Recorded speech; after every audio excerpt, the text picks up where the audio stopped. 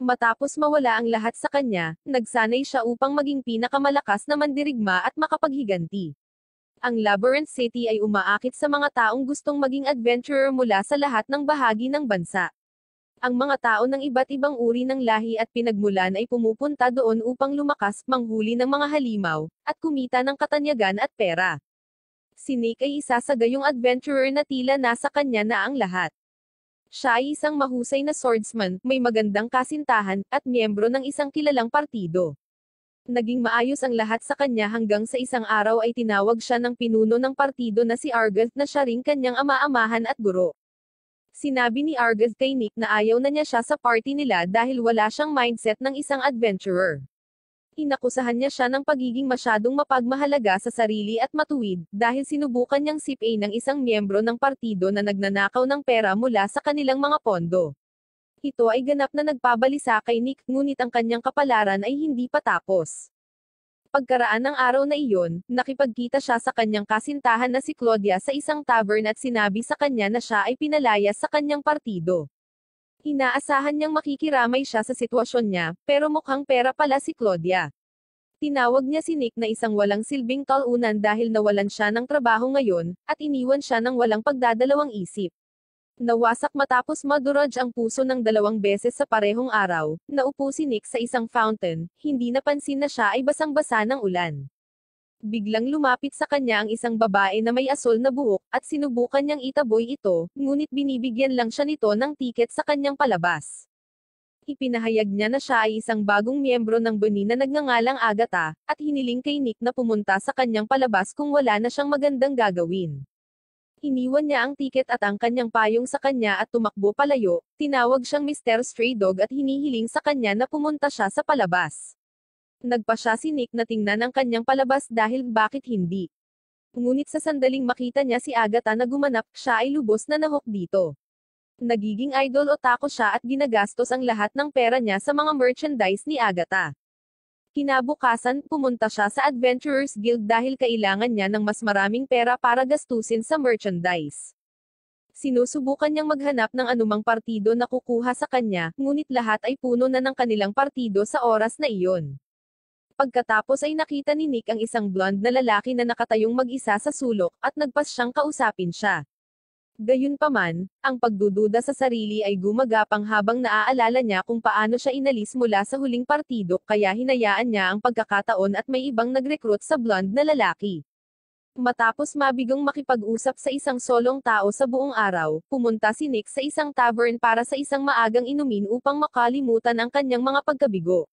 Mag-isa siyang nakaupo sa isang mesa, umiinom ng murang serbesa at kumakain ng walang lasang pagkain, habang ang mga party sa paligid niya ay patuloy na sumisigaw ng mga slogan tungkol sa kapangyarihan ng pagkakaibigan, na higit na nakakainis sa kanya kaysa sa kanyang hindi masarap na pagkain.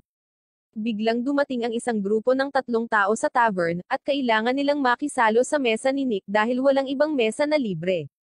Isa-isa silang umupo, at masasabi ni Nick na hindi sila magkakasama. Ang una sa kanila ay isang mayamang babae na nakasuot ng magarang damit, at may dalang malaking magic stone. Napagtanto ni Nick na siya ay mula sa isang maharlika na pamilya, ngunit nagtataka kung bakit narito ang isang tulad niya. Ang pangalawang lalaki ay mukhang pari sa kanyang uniforme, pero lasing na ito at amoy na ng murang pabango ng mga babae, kaya naman napagtanto ni Nick na kara-rating lang niya dito mula sa red light area. Bukod pa riyan, wala rin siyang metal ng isang Clorox, ibig sabihin ay natanggal siya sa simbahan. Ang huling tao ay isang dragon girl na may mga galos sa buong katawan, at napagtanto ni Nick na nakita na niya ang kanyang patas na bahagi ng mga labanan, ngunit sa kaibuturan niya ay para siyang isang natatakot na nasugatan na hayop. Sa wakas, dumating ang alak, at gusto ni Nick na gumawa ng isang toast sa lahat ng nawala sa kanya ngayon at sa 3 talunan na nakikibahagi sa mesa sa kanya.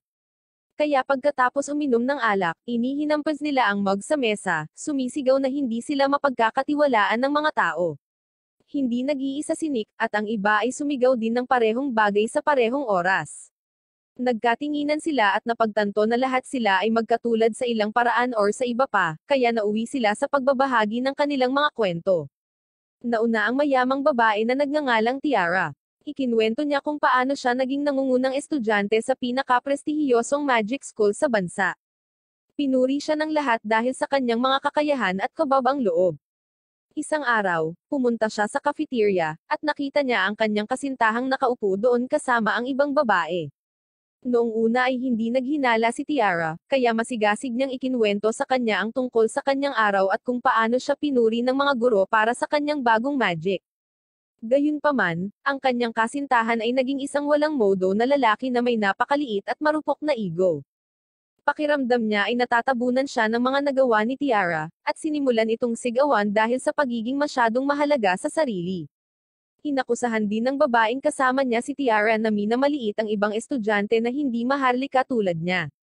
Sinabi pa niyang naakit ni Tiara ang kanyang mga guro para makakuha ng mas mataas na marka, at lahat ng iyon ay pinaniwalaan ng kanyang kasintahan. Hindi man lang niya binigyan ng pagkakataon si Tiara na magpaliwanag sa sarili at nakipaghiwalay dito. Kasunod nito, umalis ng paaralan ang nalulungkot na si Tiara at humingi ng pahintulot mula sa kanyang ama na umalis ng bahay, at manirahan ng mag-isa. Pumunta siya sa Labyrinth City upang makakuha ng trabaho, ngunit walang kumuha sa kanya. Gayunpaman, habang siya ay nagbubuntong hininga tungkol sa kanyang mahirap na kapalaran sa kalsada, nakakita siya ng isang ads tungkol sa isang kumpanya ng pagsusugal. Binili ni Tiara ang tiket at nauwi sa panalo sa unang sugal ng kanyang buhay. Hindi nagtagal ay naging ganap siyang nahumaling sa scatter, at nawala ang lahat ng mayroon siya. Wala siyang pera kahit na magbayad ng upa, kaya nagpa siyang subukan ang kanyang kamay sa pakikipagsapalaran at naghanap ng isang party kinabukasan. Gayunpaman, sa tuwing may sumubok na kunin siya, tinatakot niya sila gamit ang kanyang mukha na nagtulak sa kanya na pumunta sa tavern upang uminom at maalis ang kanyang mga alalahanin.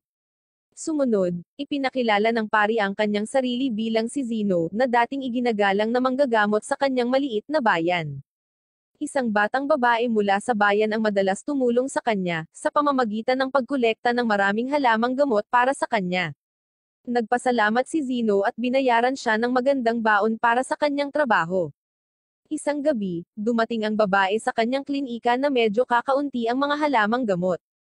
Sinubukan ni Zeno na iabot sa kanya ang isang barya, ngunit sa halip ay hinawakan niya ang kanyang kamay, hinihiling sa kanya na mahalin siya bilang isang babae. Ngayon, si Zeno ay isang taong may karakter.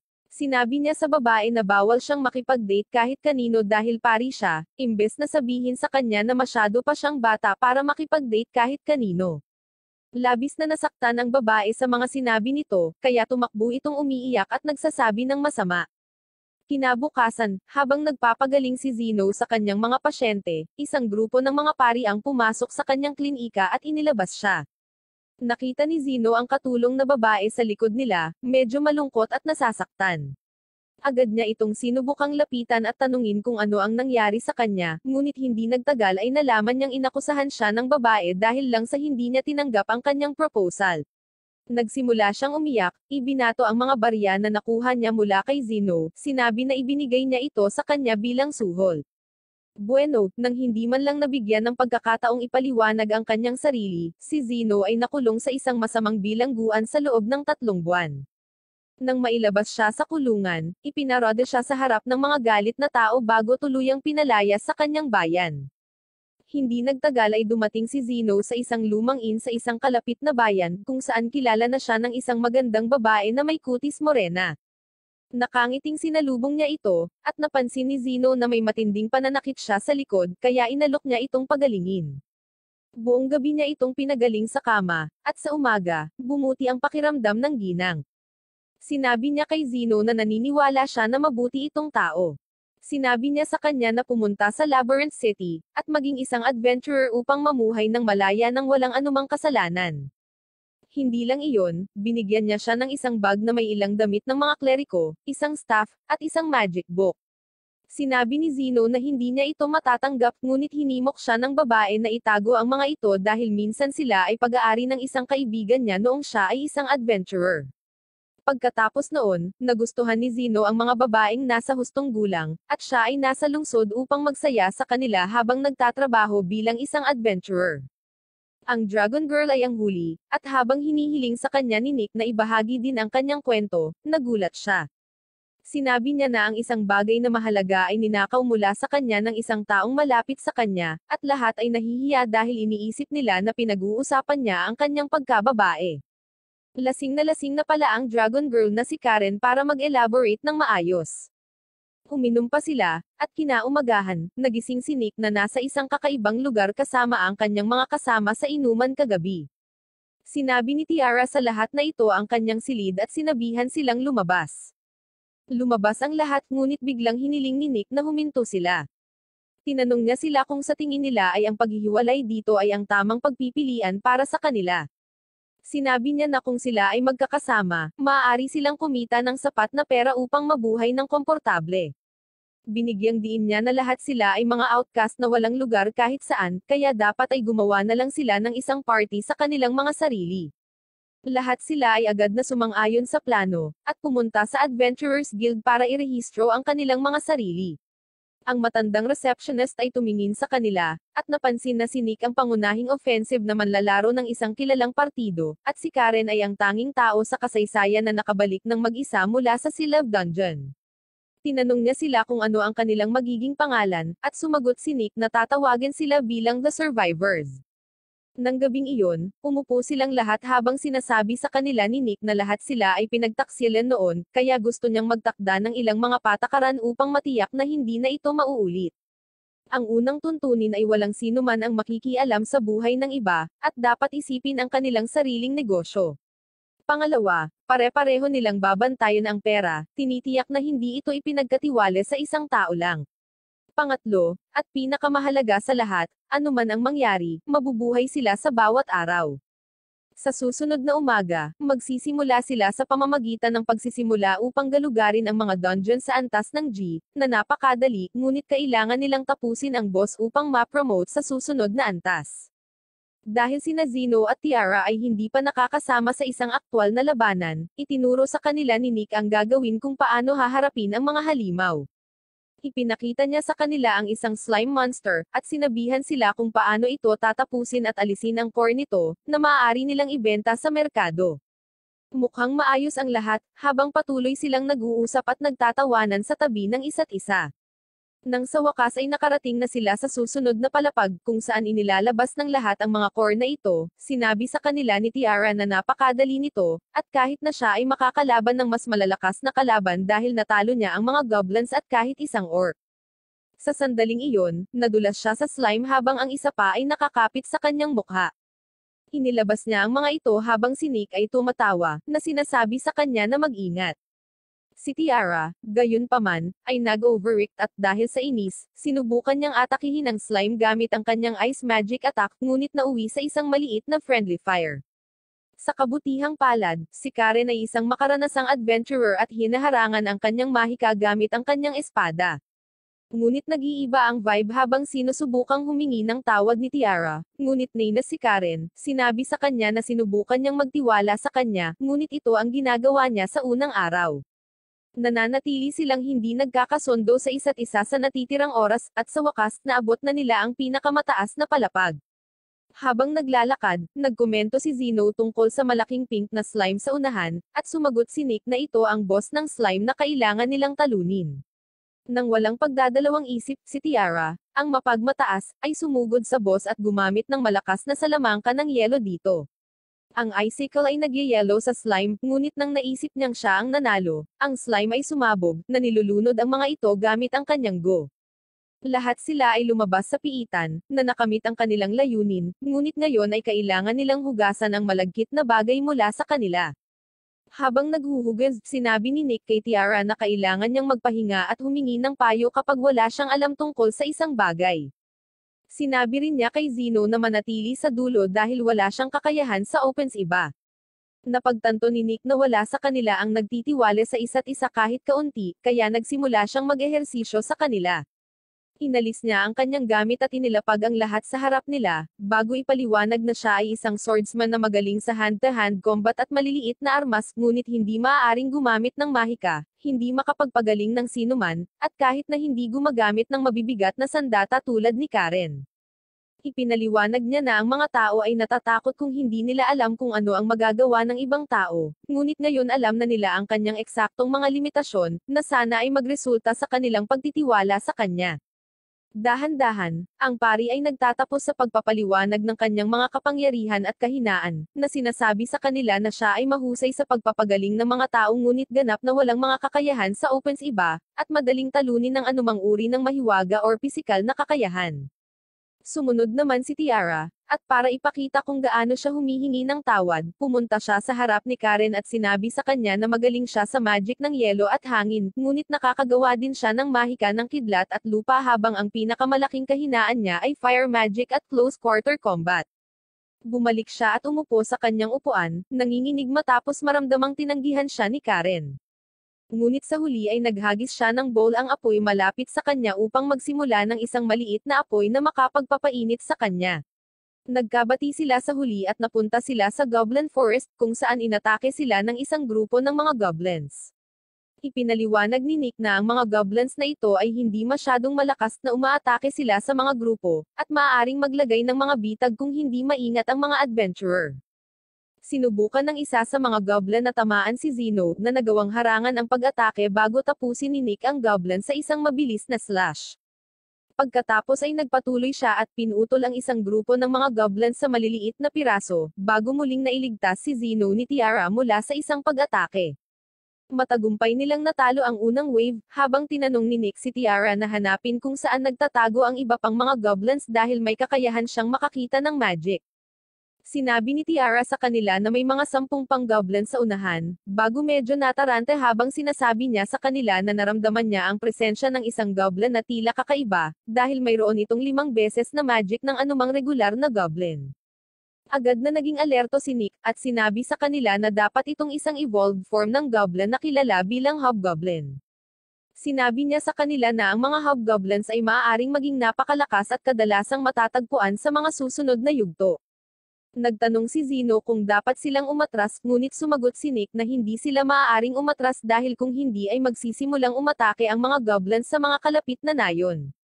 Gumagawa siya ng isang plano, na sinasabi sa kanila na ang mga hobgoblins ay karaniwang immune sa magic, kaya ang kanilang pinakamahusay na mapagpipilian ay mabibigat na pisikal na pag-atake, na tanging si Karen lang ang makakagawa. Sinabi ni Nick kay Zeno na sila ni Karen ay pupunta sa opens iba, habang ang kanyang trabaho ay patuloy na buffang sa kanila at si Tiara ay magbibigay ng cover fire.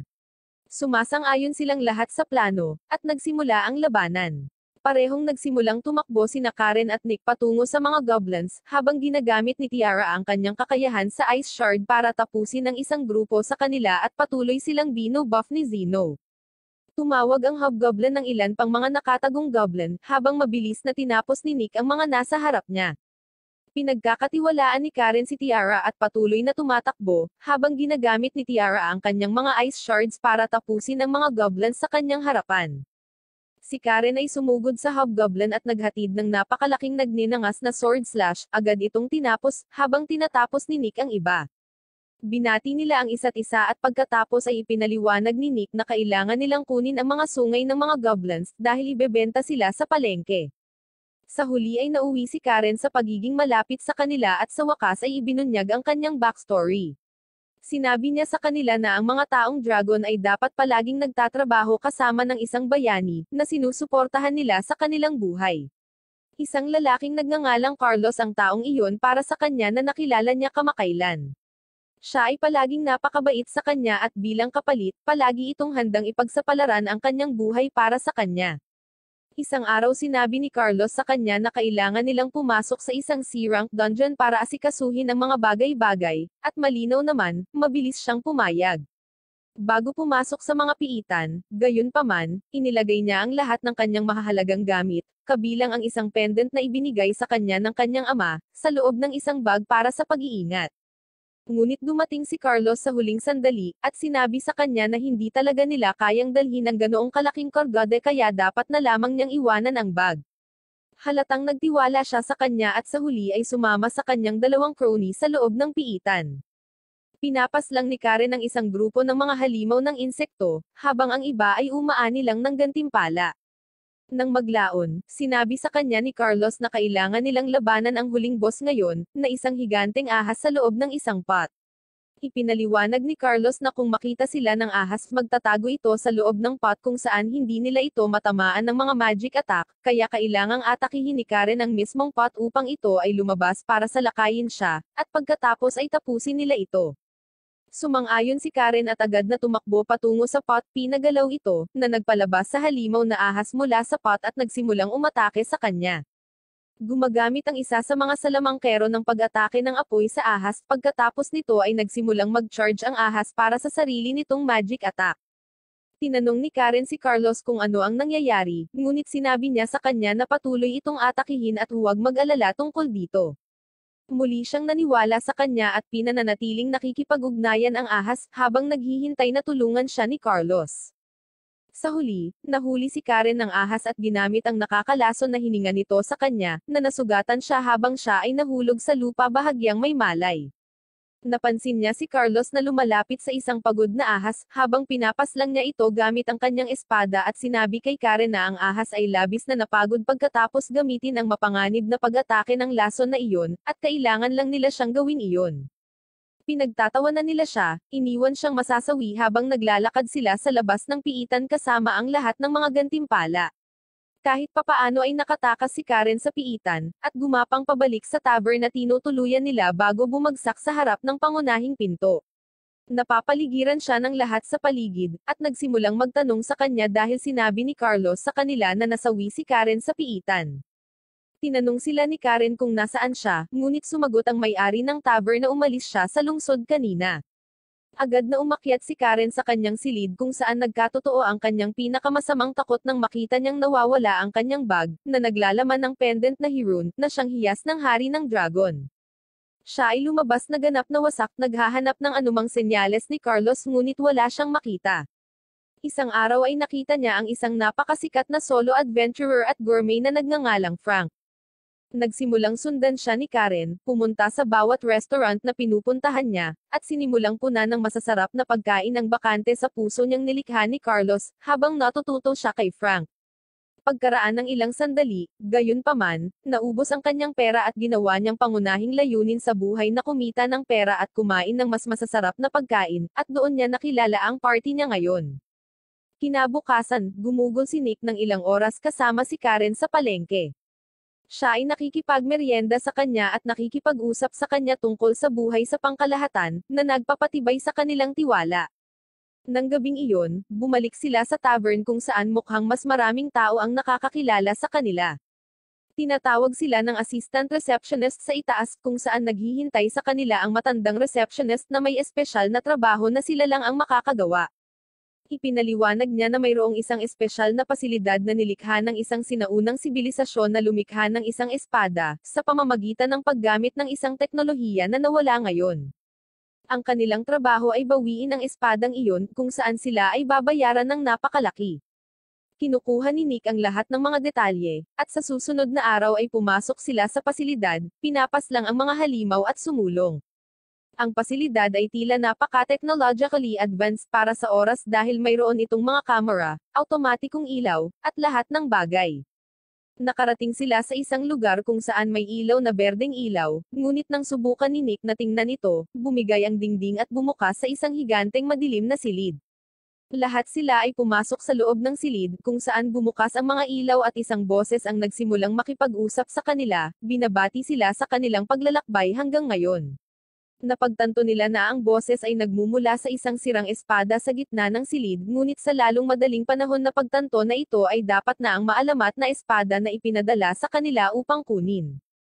Saglit nilang pinag-isipan ito bago hinawakan ang espada habang nag-resist ang espada, hinihiling sa kanila na huwag ibenta ito dahil matagal na itong nakalok dito sa loob at gustong makakita ng aksyon.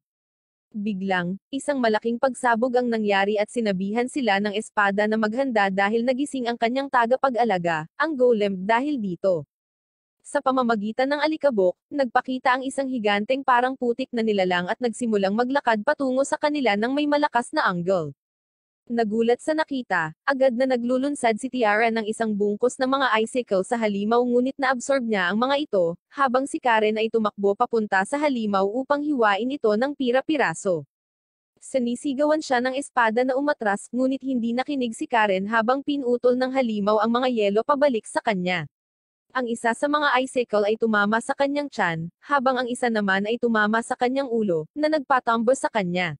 Agad na sinimulan ni Zeno ang pagpapagaling sa kanya, at nagpa siya si Nick na pumasok para sa isang pag-atake, napagtanto na ang mga kondisyon ay maaaring maging talagang masama sa lalong madaling panahon. Sinusubukan niyang putulin ang mga binti, ngunit ang golem ay agad na muling nabuhay at nagsimulang umatake sa kanya. Sumigaw si Nick sa iba para mabilis na maitayo si Karen, at tumakbo patungo sa pinto para makatakas sila.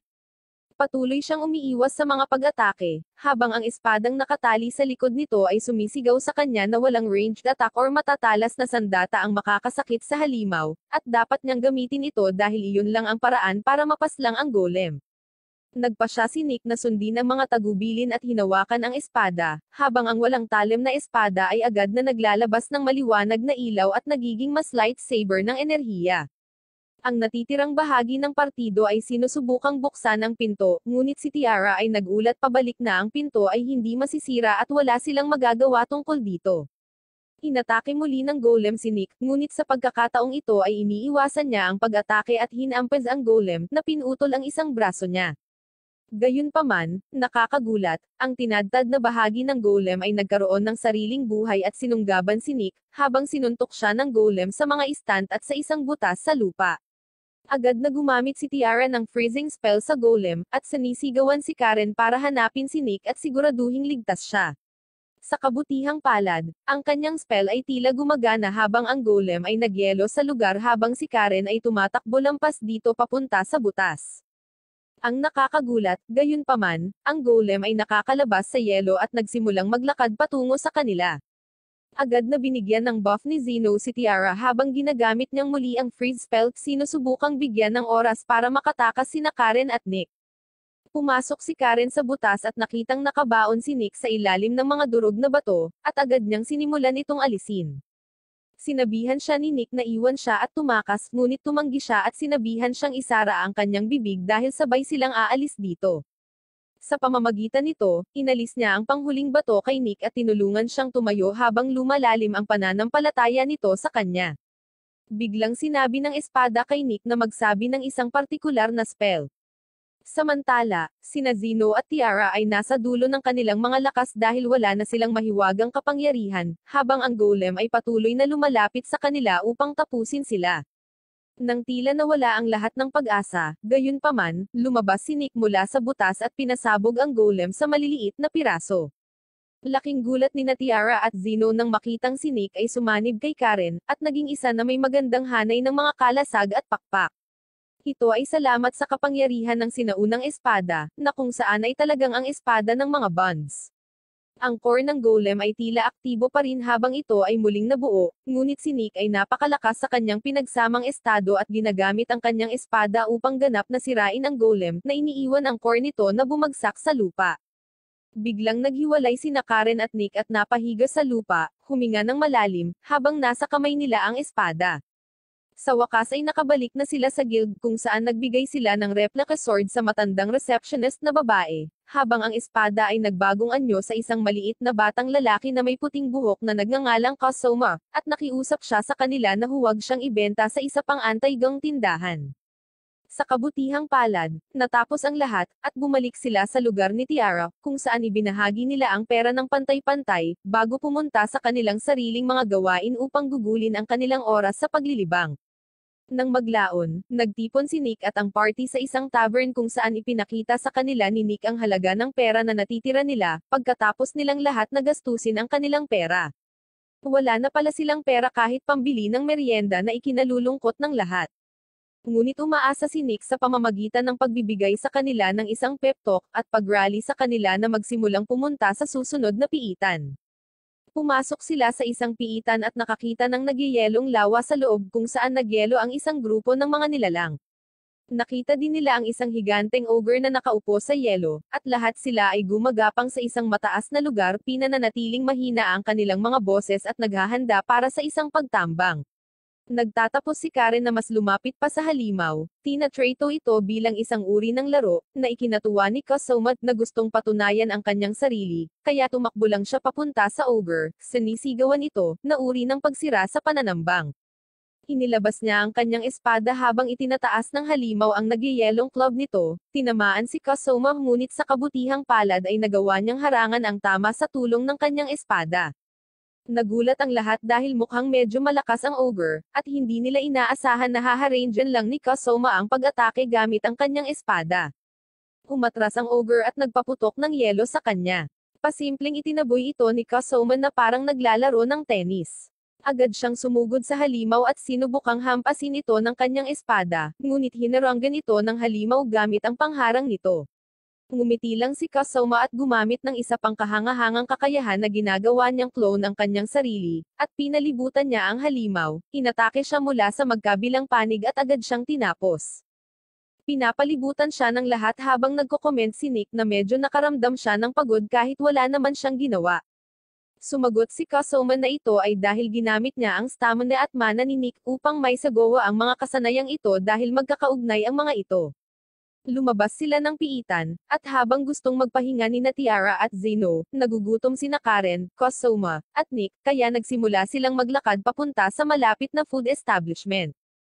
Sa sandaling tingnan ni Nick ang kainan na kanilang binibisita, nawasak ang kanyang puso nang mapagtanto niyang ito ang parehong kainan na madalas nilang puntahan ng dati niyang kasintahan.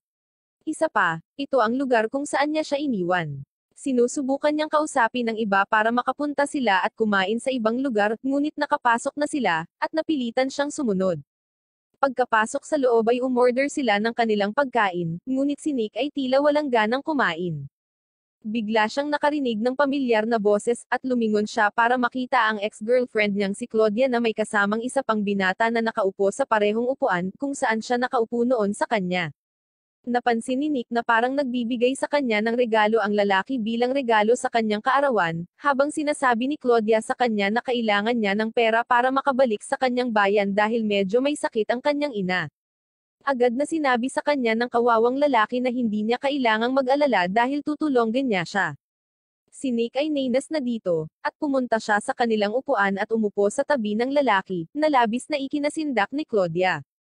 Tila sobrang nalilito ang kawawang lalaki, habang tinanong siya ni Nick kung ilang beses sumapit ang kanyang kaarawan sa isang taon, dahil ilang buwan na ang nakakaraan ay kaka-celebrate niya ng kanyang kaarawan kasama siya, kung saan binigyan siya nito ng regalo. Tila sobrang nalilito ang lalaki habang si Claudia ay lumingon sa kanya at sinabihan siyang huwag makialam. Ininit pa siya ni Nick sa pagsasabing akala niya ay nasawi na ang kanyang ina, dahil kailangan niya ng pera para sa kanyang libing ilang buwan na ang nakakaraan. Ito ay nagpalole sa kanya, at si Claudia ay tumayo mula sa kanyang upuan at ibinato ang regalo kay Nick bago nagmamadaling umalis. Malungkot na nakatingin sa kanya ang lalaki, habang sinasabi sa kanya ni Nick na huwag mag-alala dahil ligtas na siya sa panloloko niya. Kinaumagahan, umupo si Nick at ang kanyang partido sa paligid ng isang tavern para mag-almusal, nang biglang binuhusan siya ng isang malaking tigre ng inumin. Si Nick ay mukhang hindi nabigla nang malaman niyang ang kanyang dating kasintahan at ang tigre ay pumunta dito upang maghayganti. Ang sabi ng tigre, na nagngangalang Leon, ay narinig niyang iniinis ni Nick si Claudia. Ngumiti lang si Nick at sinabing hindi na siya nakikipag-usap sa mga mukhang pera. Bilang tugon, sinabihan siya ni Leon na ayusin ang usapin sa labas, at ang dalawa ay lumabas na mag-isa.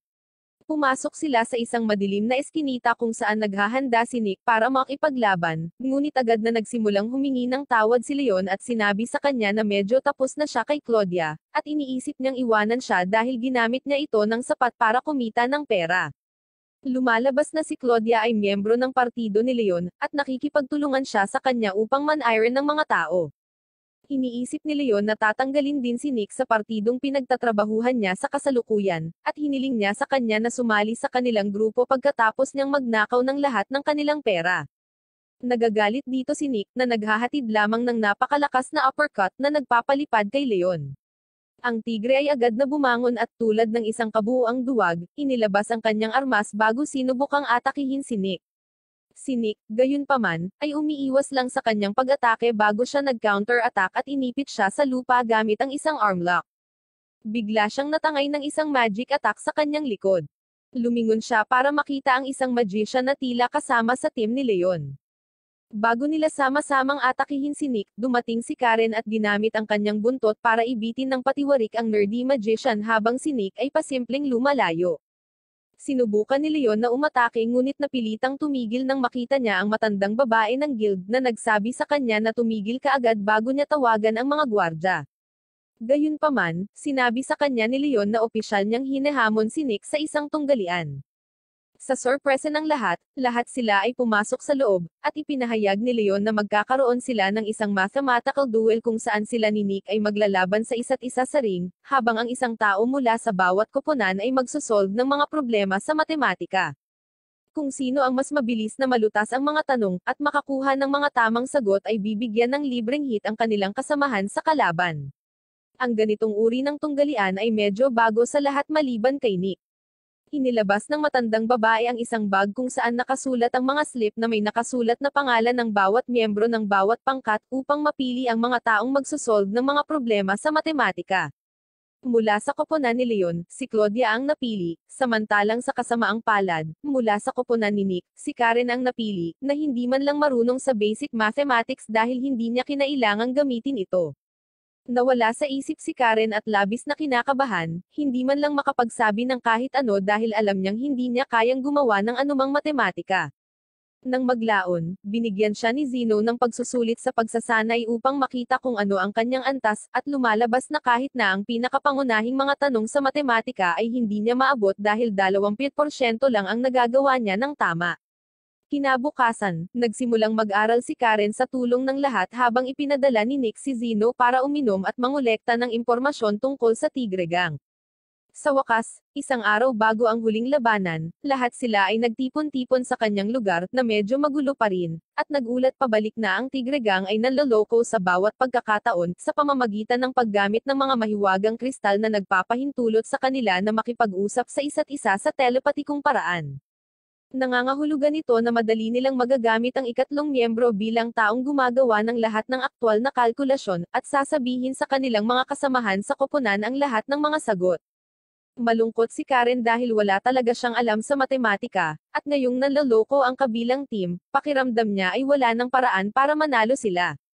Si Nick, gayunpaman, ay may isang plano, na ibinabahagi niya sa iba pang mga miyembro ng grupo, na nakadarama ng kaunti pang pag-asa dahil mayroon silang isang epektibong paraan ng paghuli sa salarin.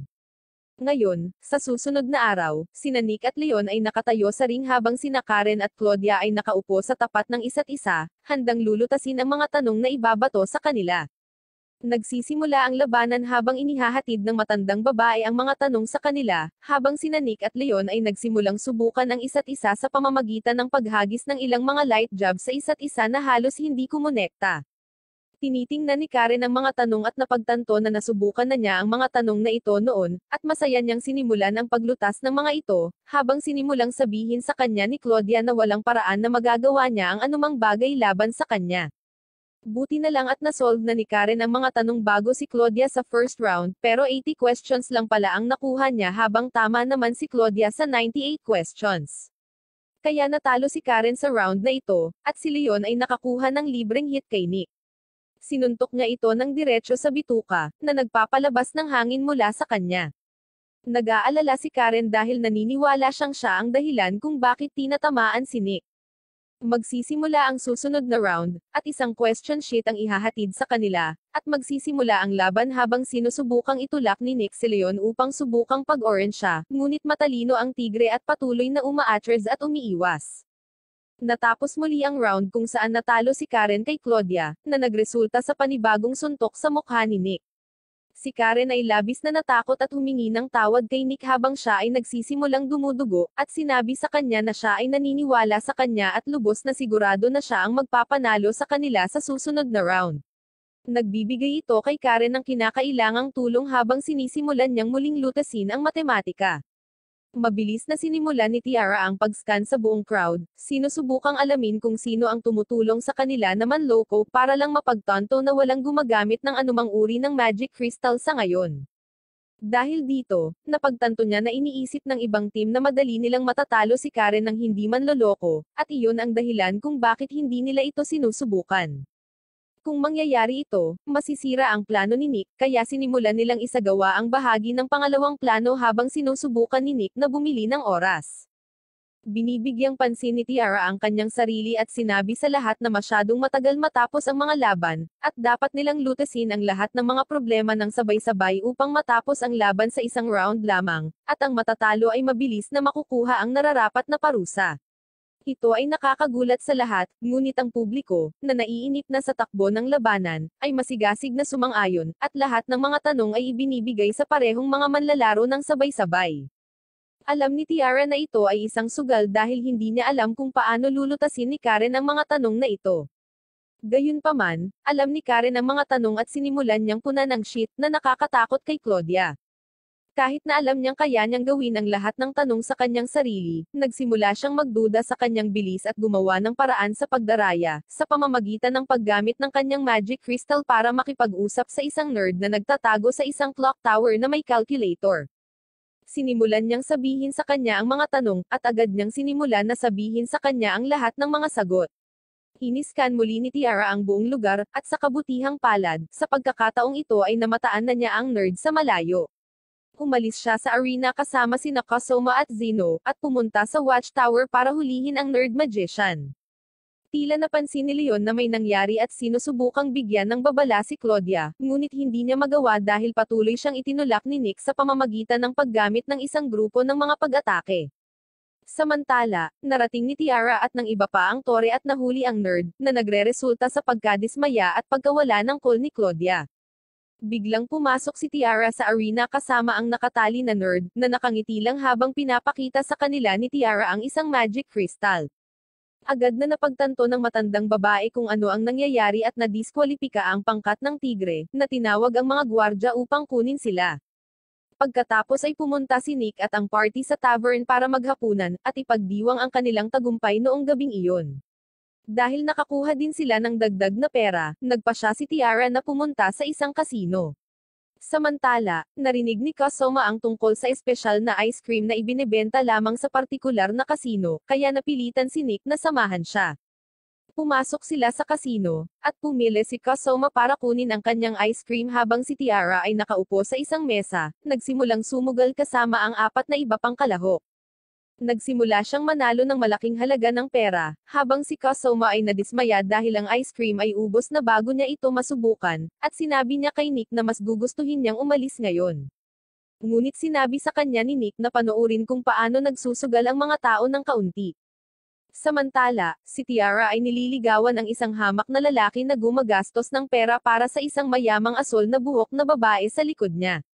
Biglang, nagkaroon ng malaking kaguluhan, at ang mga tao ay nagsimulang tumakbo dito at doon habang ang isang higanteng halimaw ng tigre ay lumitaw sa loob ng kasino, at nagsimulang gumawa ng kaguluhan sa lahat ng dako.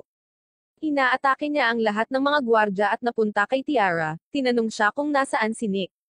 Bigla niyang napagtanto na ang malaking halimaw na ito ay si Leon, na nakaaway nila noong isang araw.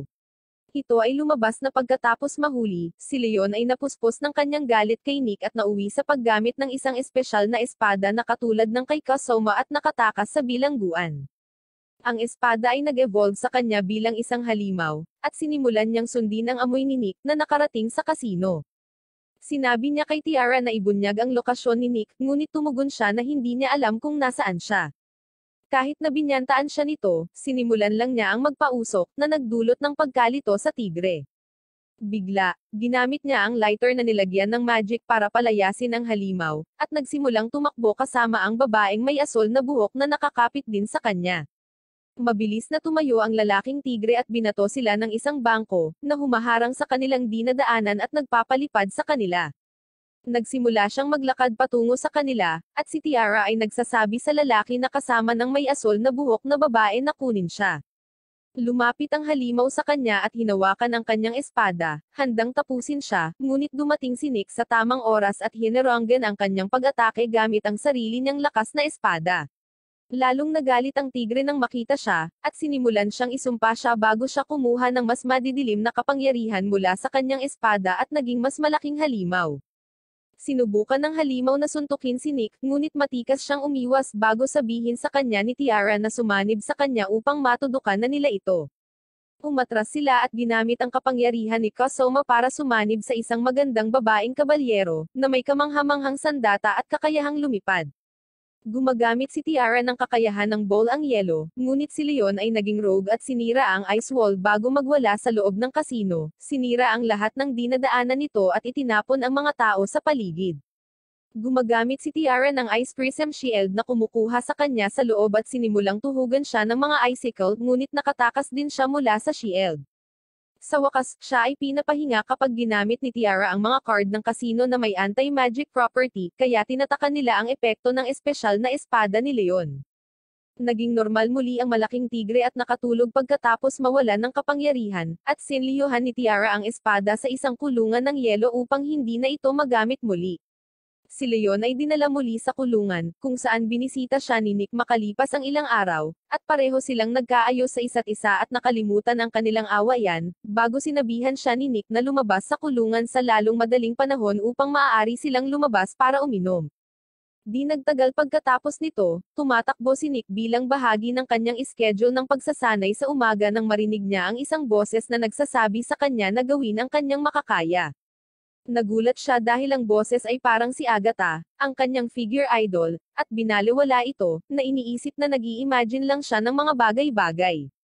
Gayunpaman, sa katunayan ay ang totoong Agatha ang tumatakbo sa likuran niya at nagpapalakas ng loob sa kanya.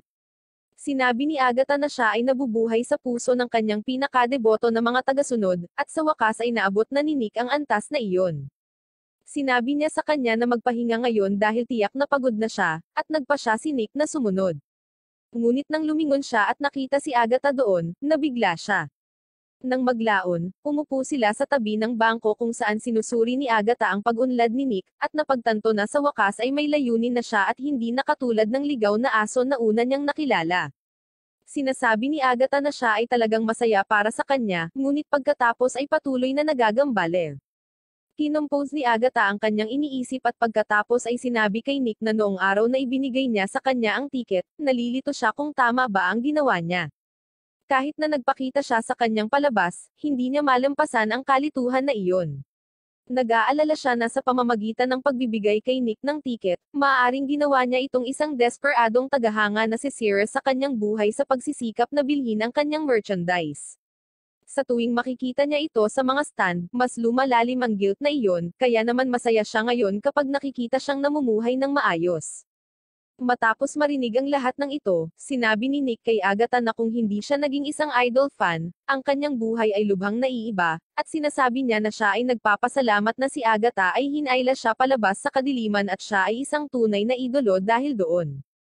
Sumagot si Agatha na ang sagot nito ay nakapagpasaya sa kanya, ngunit siya ay malungkot pa rin tungkol sa isang bagay. Alam ni Nick na may bumabagabag sa kanyang paboritong idolo dahil bigla niyang kinansela ang lahat ng kanyang mga palabas at pagpapakita sa publiko. May malalim na kwento tungkol sa kanyang kalagayan ngayon. Bella ang actual name ni Agatha, at minsan siyang singer sa restaurant ng boyfriend niya na walang napuntahan. Kaya naman wala man lang nakarinig sa kanta niya, at hindi niya alam kung ano ang ginagawa niya sa buhay niya. Isang gabi, pinalakpakan ng isang mayamang vocal na lalaki ang kanyang kanta at nagsimulang magbigay sa kanya ng hindi hinihinging payo. Sinabi sa kanya ng lalaki na siya ay isang producer, at tinanong siya kung gusto niyang maging isang idolo. Natigilan si Agatha sa pagsagot, at pagkatapos ay dumating doon ang kanyang nobyo na si Donito para komprontahin ang vocal na lalaki. Sinubukan niyang kumilos ng mahigpit, ngunit nang marinig niya na ang mga idolo ay maaaring kumita ng malaki, mabilis siyang nagpalit ng mga koponan at ibinente si Agatha sa lalaki. Hindi siya sigurado tungkol dito, ngunit itinalaga ni Donito ang kanyang sarili bilang kanyang manager, at pagkatapos ay binigyan siya ng vocal na lalaki ng tiket para sa isang idol concert para malaman pa nila ito. Nang mag-concert si Agatha, nahihiya siyang makipag-eye contact sa ibang mga babae na ini-scout din, pero pagdating pa lang ng mga idolo sa stage at nagsimulang mag-perform, nabihag si Agatha. Puno ng kasakiman ang kanyang puso sa sandaling iyon, at gusto rin niyang maging katulad ng mga idolo. Nais niyang pakinggan at tangkilikin ng mga tao ang kanyang mga kanta, at sa gayon ay pinili niyang maging isang idolo. Ang iba pang mga babae ay pareho, at lahat sila ay nagpatibay ng mga pangalan ng entablado habang nagsasanay sila upang maging isang idol group. Habang si Agatha ay nakatagpo ng tagumpay at kaligayahan sa kanyang bagong trabaho, ang kanyang relasyon kay Donito ay lumala. Nagsimula siyang humingi sa kanya ng pera dahil masama ang takbo ng kanyang restaurant, at hindi siya nito kayang tanggihan. Di nagtagal ay nalaman niya na ang pera na hiniram niya mula sa kanya ay pinangsusugal niya, at nagdulot iyon ng matinding problema sa kanya.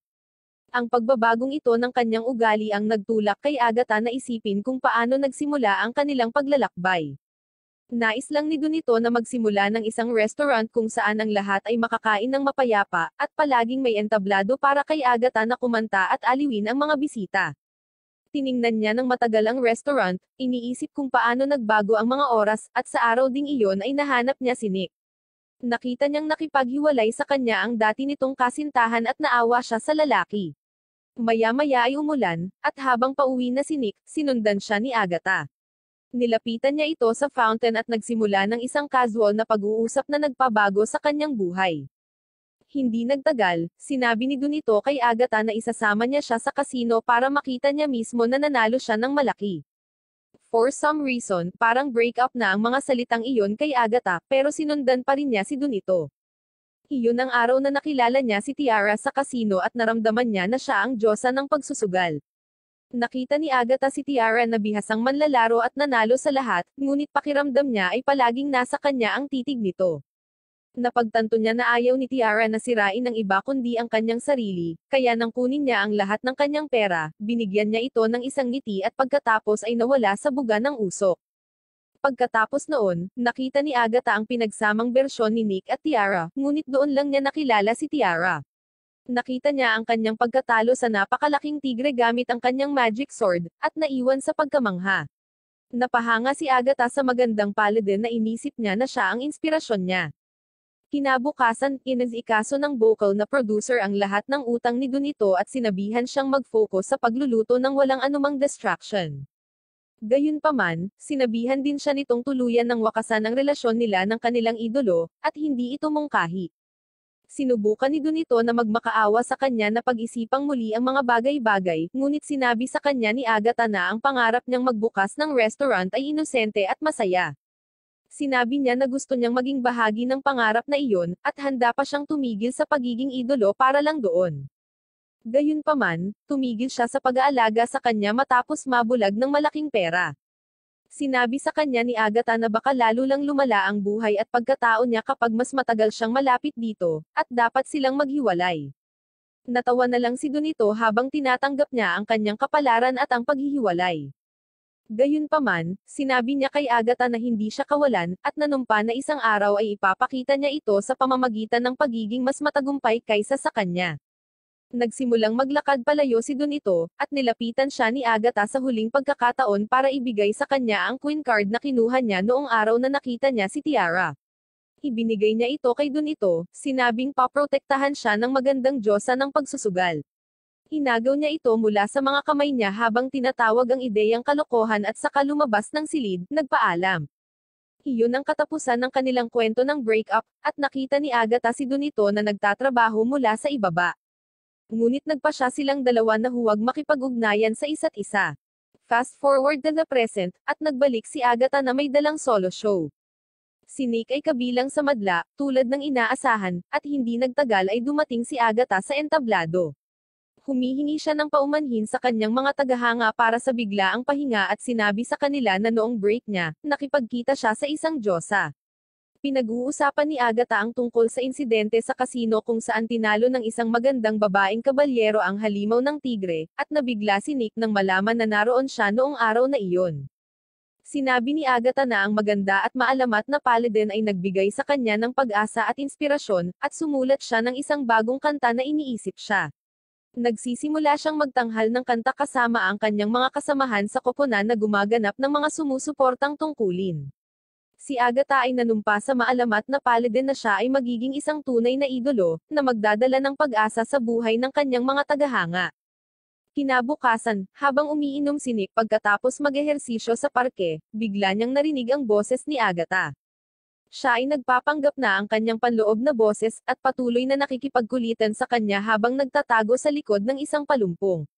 Biglang tinanong siya ni Nick kung ayos lang siya ngayon dahil medyo masama ang tingin niya sa huling pagkikita nila. Sagot ni Agatha, syempre, nalulungkot siya minsan dahil tao rin siya. Ikinuwento niya kung paanong ang mga tao ay laging napapalibutan ng mga alalahanin, kapag bigla niyang nakita ang isang ligaw na tuta sa kanyang harapan. Nagsenyas siya na lumapit ito sa kanya, at sinimulang paglaruan ito. Biglang tumugon si Nick sa kanyang pahayag at sinabing sa tuwing malulutas ng mga tao ang isang bagay na bumabagabag sa kanila, sumusulong sila, at iyon ang pinakamahusay na magagawa ng sinuman. Pagkalipas ng ilang araw, nagbibiro si Kasoma tungkol sa isang artikulo sa isang magazine na nag-uusap tungkol sa misteryosong Stepangman. Excited niyang ikinuwento sa kanyang mga kaibigan ang tungkol sa Stepangman, na sinasabing isang tulisan na may malamultong kapangyarihan na walang makakapidol.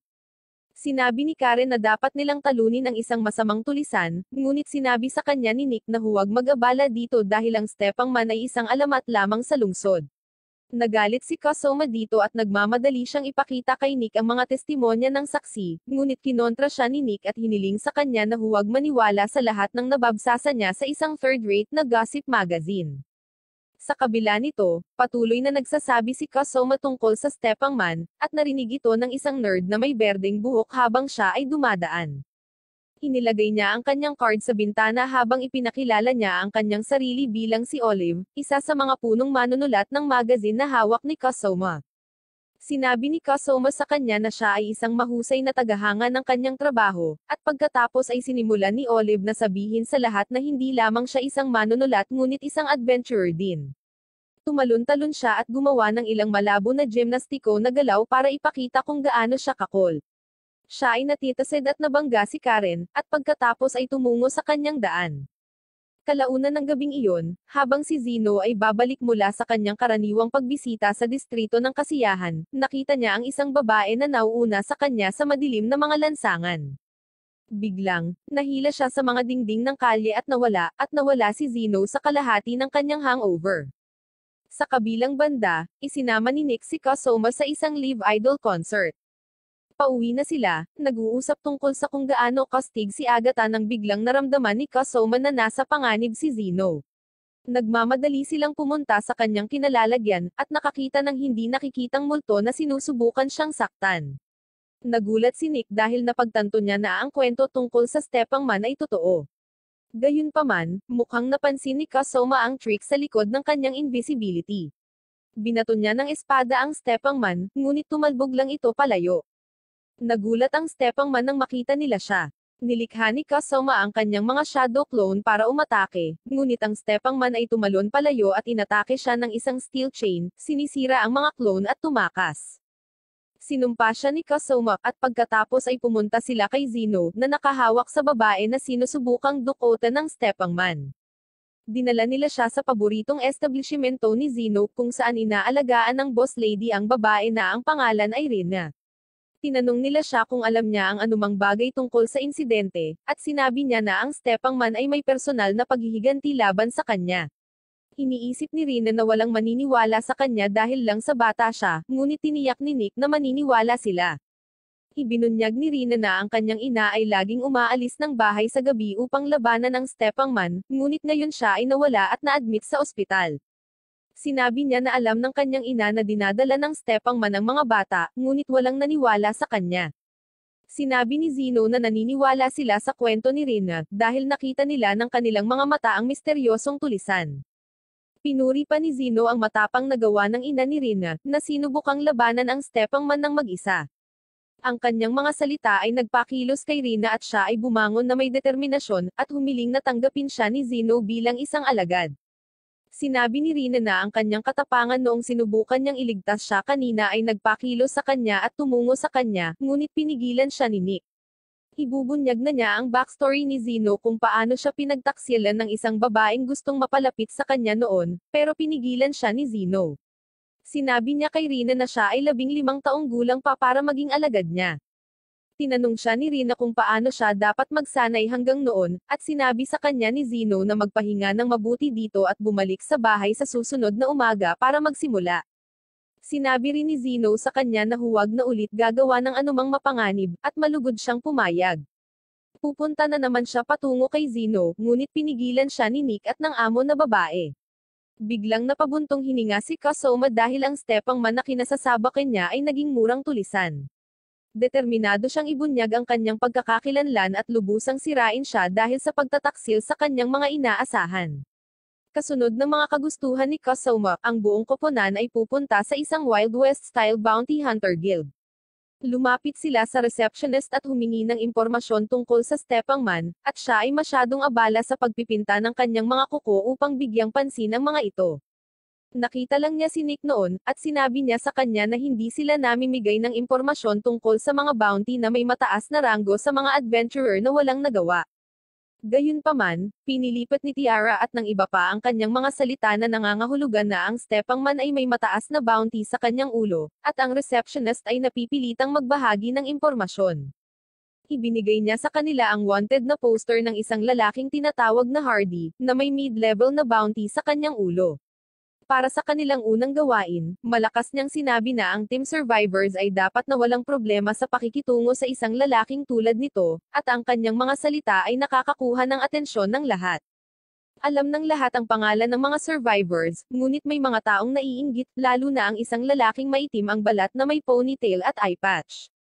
Sinabi niya na ang bounty hunting ay hindi trabaho ng mga baguhan na tulad nila, ngunit hindi hahayaan ni Tiara ang sino man na kutsain sila.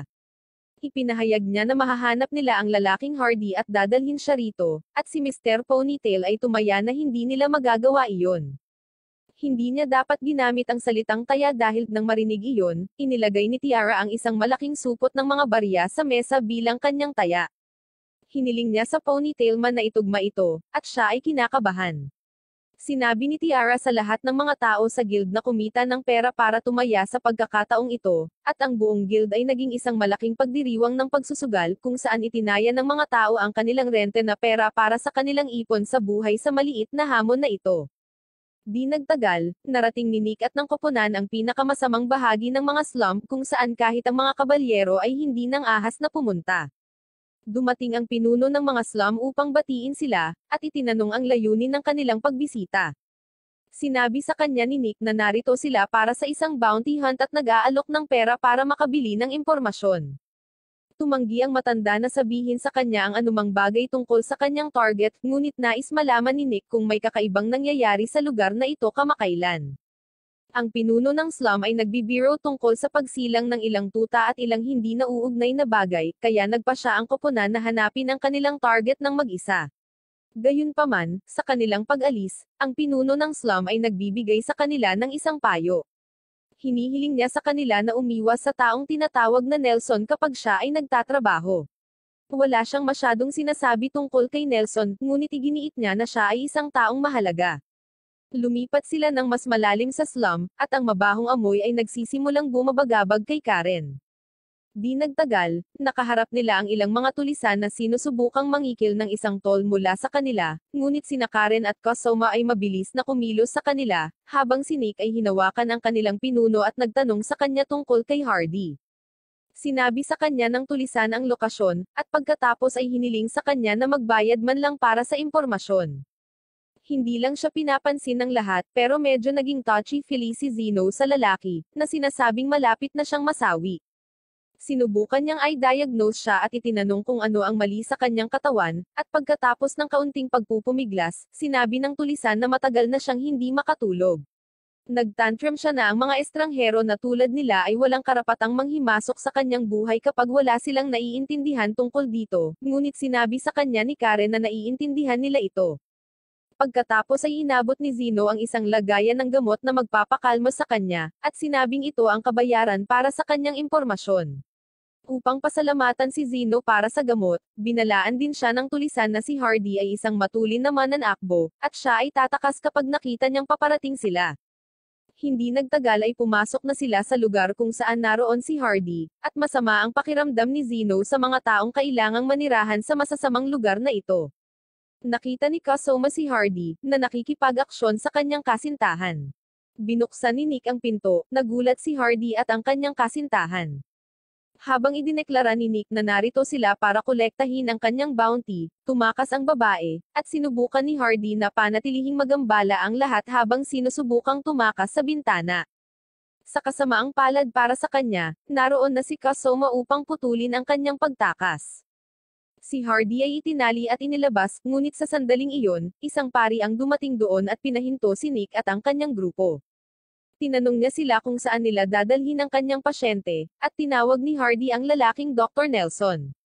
Sinisikap ng mabagsik na pari na bigyan ng babala ang mga adventurer na walang sino man ang may karapatang manggulo sa kanyang mga pasyente, ngunit sinabi sa kanya ni Nick na narito sila upang kolektahin ang bounty sa ulo ni Hardy, na nakagawa ng halos lahat ng krimen maliban sa pagpaslang. Ngayon tinawag ni Nelson si Hardy na isang walang isip para sa pag-aaksaya ng kanyang buhay, sa pamamagitan ng pagpapakasese sa kasalanan at sinabi na maaari lamang niyang pagalingin ang mga sakit at hindi pagkakasala. Sinabi niya kay Nick na hindi niya ito pipigilan na kunin si Hardy. Idinagdag niya na si Hardy ay may malubhang sakit na tinatawag na Yellow Demon Disease, at gusto lang niya itong gamutin sa huling pagkakataon bago siya madala. Sinabi ni Nick sa matanda na ang kanyang pasyente ay maaaring mapaslang at ang kanyang paggamot ay maaaring masira, ngunit sinabi sa kanya ni Zeno na siya ay mali. Pinag-uusapan niya kung paano dapat subukan ng mga pari na iligtas ang sinumang makakaya nila, at pagkatapos ay tinanong siya ni Nelson kung siya ay pari rin. Itinama siya ni Zeno, sinabing pareho silang dating pari. Pagkatapos ay itinanong niya kay Nelson ang dahilan kung bakit siya nasa ganitong lugar dahil ang isang pari na maaaring gumamot sa Yellow Demon Disease ay dapat na napakahusay. Hindi siya binibigyan ng malinaw na sagot ng lalaki. Biglang tinanong ni Kasama ang bokal na pari kung narinig niya ang tungkol sa Stepang Man, na kumukuha ng mga tao sa gabi, at sumagot siya na wala. Tinatawanan nito ni Hardy, na sinasabi na ang lugar na ito ay puno ng mga tulisan, kaya sino ang nagmamalasakit sa isang tao lamang. Gayunpaman, habang sinasabi sa kanya ni Nelson na maging kooperatiba, sinabi niya sa kanila ang tungkol sa isang reporter na madalas pumupunta rito at nagbibigay ng candy sa mga bata para kausapin siya.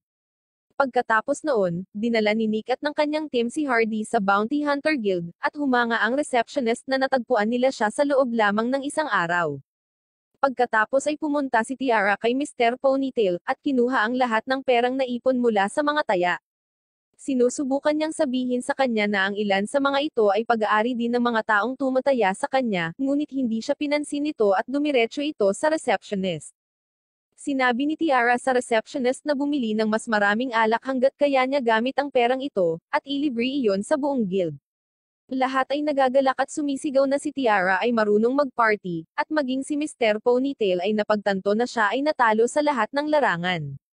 Kinabukasan, binibigyan sila ng receptionist ng kanilang reward para sa pagkuha kay Hardy, kasama ang impormasyon tungkol sa Stepang Man.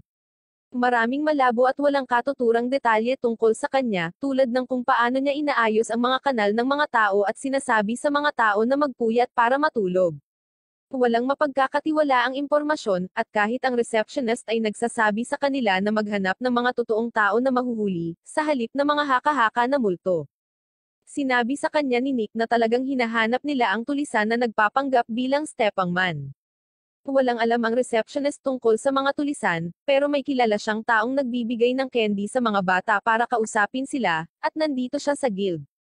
Ito pala ay ang parehong manunulat na si Olive mula kanina, na nakikipag-usap kay Rina ngayon. Tinawanan ito ni Nick at Zeno, ngunit medyo curious si Kasoma. Sinabi niya na hindi niya makita ang mukha ng tulisan, ngunit magaan ang kanilang mga paa at gumamit ng mga tanikala. Sumagot si Karen na kanina nang mahulog si Olive sa kanya, sobrang bigat ng pakiramdam niya, at baka nakapulupot siya ng mga kadena. Habang tinatawanan nito ni Nick, mabilis niyang sinabihan sina Karen at Kasoma na harangan ang mga labasan dahil pinaghihinalaan niya si Olive ngayon. Nilapitan niya siya at tinanong kung ano ang ginagawa niya pagkatapos magbigay ng candy sa mga bata. Nalilito si Olive, habang bumulong si Zeno sa boss lady at umalis. Tinanong ni Nick si Olive kung kailangan niyang maglakbay ng madalas bilang isang reporter, at pinatunayan niya ito. Tinanong siya ni Nick kung ang kanyang trabaho ay nagsasangkot ng pagtalon mula sa bubong patungo sa bubong, at siya ay kumikilos na walang kaalam-alam. Pagkatapos ay direkta niyang tinanong siya kung nasaan siya dalang gabi ang nakakaraan, at si Olive ay kumilos na parang walang isip habang nagbibigay sa kanya ng ilang medyo hindi makutwiran na mga sagot. Ngunit nang tanungin ni Nick kung bakit niya kinukuha ang mga bata at kung ano ang tunay niyang pagkakakilanlan, napagtanto niyang napapalibutan siya. Bigla niyang sinipa ang mesa at hinati ito sa dalawa. Bago pa man makapag-react si Nick, si Olive ay nasa bubong, at sinira niya ang isang butas sa pamamagitan nito habang siya ay tumatakas, at ang 2 piraso ng mesa ay bumagsak ng perpekto sa kanilang lugar. Nang maglaon, tumambay ang lahat sa paboritong establishmento ni Zeno kung saan pinag-uusapan nila kung gaano katapat para sa kanila na malaman na si Olive ay ang stepmom mismo. Pinag-uusapan nila kung gaano siya kabilis, at ang kanyang mga galaw ay hindi katulad ng anumang nakita nila. Kakaibang name na si Kasoma dahil nagsusulat si Olive ng mga artikulo tungkol sa kanyang sarili bilang stepmom, at hindi niya gusto kung paano niya sinusubukang maging masamang bersyon ng kanyang sarili sa panahong ito. Pagkatapos, sinabihan sila ng boss lady na may special guest sila ngayon. Isang matipunong mommy, na talagang ina ni Rina, ang pumasok sa silid, naglalakad sa tulong ng isang tungkod, at agad na tumakbo si Rina sa kanya. Kilala rin ni Nick ang babae, na ang pangalan ay Eva, dahil miyembro siya ng isang A-rank party sa loob ng maraming taon. Naging nostalgic si Eva habang nagkukwento si Nick tungkol sa kanyang mga araw ng pakikipagsapalaran, at pagkatapos ay sinabi na nakipagsapalaran pa siya kasama ang isang lalaking tinatawag na Frank, na iniidolo ni Karen. Pagkatapos ay pinasalamatan ni Eva ang grupo sa pag-aalaga sa kanyang anak, at sinabi sa kanila na hindi siya gagawa ng anumang bagay na walang ingat sa ilalim ng kanyang bantay. Sumang-ayon ang lahat, at sinubukan ni Rina na umapela kay Zeno, tinawag siyang master. Nagulat si Eva sa narinig, ngunit matatag pa rin si Zeno sa kanyang mga salita. Malinaw niyang sinasabi kay Rina na sa tuwing nakikita niya ang mga batang babae na kasing edad niya, natatakot siya dahil noon, niloko siya ng isang babae. Ilang buwan siyang nakakulong dahil sa kanya. Pagkalabas niya sa kulungan, nagkaroon siya ng takot sa mga batang babae. Hindi niya makausap ang mga ito at kung minsan ay nahihirapan din siyang huminga, at medyo naghihirap pa rin siya dahil doon. Pinaalalahanan siya ni Rina na prinotektahan niya siya noong gabing iyon, at sinabi ni Zeno na kahit sinong matinong tao ay ganoon din ang gagawin sa sitwasyong iyon. Gayunpaman, ipinagtapat niya na noong nailigtas niya si Rina, nakaramdam siya ng pag-asa na malalampasan niya ang sumpang ito na matagal nang bumabagabag sa kanya. Kaya naman gusto niyang maghintay si Rina na maging 15 taon. Na-misinterpret ito ni Eva at sinabihan si Zeno na hindi niya hahayaang pakasalan siya ng kanyang anak. Lumapit si Rina para alisin ang kalituhan, at sinabi sa kanya na si Zeno lang ang kanyang master dahil mas magiging maingat siya sa pagpili ng boyfriend. Pinagtatawanan ng lahat ang katotohanang nireject si Zeno, at pagkatapos ng kaunting palakaibigang pagbibiro, natutunan ni Eva ang lahat. Muli niyang pinasalamatan ang lahat sa pagligtas sa kanyang anak, at pagkatapos ay sinabihan silang sumuko sa pangangaso sa stepmom. Sinabi niya sa kanila na ang stepmom, na malamang na ang babaeng reporter, ay masyadong makapangyarihan para sa kanila, at sumang-ayon si Nick. Sa kabila nito, hindi niya hahayaang mangdukot ito ng mga tao ayon sa gusto niya. Sinabi niya kay Eva na wala siyang karapatan na pigilan sila dahil maaari nilang i-target ang sino mang may bounty sa kanilang ulo. Alam din iyon ni Eva, at sa katunayan, siya ang nagsimula ng ideya ng isang bounty sa stepmom para akitin ang mga adventurer na labanan siya. Plano niya ngayon na sumuko sa pangangaso kay Olive, at naisip na dapat nilang ipaubaya ito sa mga kabalyero. Gayunpaman, yumuko si Nick sa kanyang harapan, hinihiling sa kanya na sabihin sa kanila kung paano sila magkakaroon ng sapat na lakas upang talunin ang stepmom. Pinainom muna ni Eva ang lahat ng gourmet mushroom soup na medyo masarap ngunit hindi maintindihan ni Nick ang layunin nito. Sinabi sa kanya ni Eva na gumamit siya ng mga magic shroom para sa sopas na ito na maglalabas ng kanilang nakatagong magic potential. Alam niya na ang pakikipaglaban ng stepmom ay mangangailangan ng maraming maliksi na paggalaw, kapwa sa pagtakbo at pag-atake. Kaya naman naniniwala siya na ang wastong paggamit ng kanilang mahika ang susi sa tagumpay. Sumagot si Nick na hindi siya kumpiyansa sa mahika, at sinabi ni Tiara na hindi siya makakapagbigay ng magic sa hanay ng pisikalan. Ganon din ang sinasabi ni Zeno sa kanya. Sinabi ni Karen na maaari niyang subukan ito, ngunit hindi siya magaling sa mga komplikadong bagay na nangangailangan ng lakas ng utak. Tinutukso sila ni Eva, na nagsasabi na ang kanilang grupo ay mabilis na sumuko. Pagkatapos ay iniabot niya ang isang magic lighter kay Karen, na hinihiling sa kanya na i-enchant ang keyword na burn, habang ipinapasa ang kanyang magic dito. Sinubukan ni Karen na gawin iyon, ngunit hindi siya makapag-concentrate at sumuko. Susunod, binigay ni Eva ang lighter kay Nick na hindi sigurado kung magagawa niya ito. Gayunpaman, nakagawa siya ng isang maliit na apoy sa kanyang unang pagsubok, at ang kanyang mga kaibigan ay humanga. Siya mismo ay nagulat ngunit sinabi na ang maliit na apoy na ito ay hindi makakatulong sa kanila na manalo laban sa Stepangman. Sinabi sa kanya ni Eva na sinusubukan lang niya ang kanyang magic potential, at hindi sinasabi sa kanya na gumamit ng fire magic. Pagkatapos ay nagpalabas siya ng malaking flare gamit ang lighter at sinabi kay Nick na kung marami siyang pagsasanay, magagawa rin niya ito. Maya-maya pa ay magsisimula na ang training. Naglalakad si Nick sa isang mahigpit na lubad, habang sinasabi sa kanya ni Eva na ang Stepangman ay gumagamit ng dalawang pangunahing pagpapahusay na spell light body at heavy body. Dahil malapit ng labanan si Nick, gusto niyang sanayin siya gamit ang isang banayad na katawan at hilingin sa kanya na tumalon ng 10 beses sa lubad. Iniisip ni Nick na magiging madali itong trabaho, kaya nagsimula siyang tumalon. Siya ay dumarating sa lubad sa bawat oras na walang anumang pagkakamali, at iniisip ng lahat na madali niyang magagawa ito. Gayunpaman, siya ay nadulas sa ika-9 na pagtalon at bumagsak sa sahig ng malakas. Di nagtagal, isang gabi, isang babae ang naglalakad pabalik sa kanyang bahay pagkatapos bumili ng tinapay, nang biglang dumating ang Stepangman at tinaboy siya. Sa kabutihang palad, dumating doon si Kasoma at sinipa ang Stepangman habang ligtas na nasalo ni Karen ang babae. Ang natitirang bahagi ng koponan ay pumapalibot sa Stepangman, at sinabi sa kanya na ang kanyang laro ay tapos na ngayon. Gayunpaman, nararamdaman pa rin ni Nick na dapat kumpirmahin kung si Olive ang nasa likod ng pagbabalat kayo ng Stepangman, ngunit wala siyang natanggap na tugon. Sa halip, tumakas lang ang Stepangman. Naniniwala si Kasoma na dahil ang Stepangman ay gumagamit ng attack magic, movement magic, at illusion magic sa parehong oras, maaring siya ay napakatalino, or siya ay gumagamit ng isang uri ng magic tool. Sinabi sa kanila ni Tiara na may kilala silang isang eksperto sa mga tool sa Mahika, at kinabukasan, binisita ni Nick ang nakakulong na si Leon. Matapos siyang bigyan ng masarap na meat buns, tinanong ni Nick si Leon kung alam niya ang tungkol sa isang tool na makakatulong sa isang tao na itago ang kanilang presensya. Naging seryoso ang tigre sa pagdinig nito at tumugon na tiyak na pinag-uusapan niya ang hiyas ng Illusion King, na kadalasang kasama sa isa pang magic tool na gagamitin. Tinanong ni Nick kung paano niya ito masusugpo, at sinabi sa kanya ni Leon na para masira ang ilusyon, kailangan lang niyang kunin ang pangalan ng gumagamit nito. Gayunpaman, sinabi ni Nick ang pangalan ni Olive at hindi nasira ang ilusyon, ibig sabihin ay may ibang tao sa likod ng disguise. Kinabukasan, bumalik na si Nick sa kanyang pagsasanay, at sa pagkakataong ito ay matagumpay niyang nagawa ang isang front flip sa tightrope. Si Eva ay patuloy na nagtutulak sa kanya, at ito ay nagpapaalala kay Nick kung paano siya hindi nagsanay ng husto mula pa noong simula. Naalala niya kung paano siya tinuruan ng kanyang ama na si Argus kung paano gumamit ng talem, at higit sa lahat, sinabi niya sa kanya na ang pagiging isang mandirigma ay higit pa sa paggamit ng mga armas.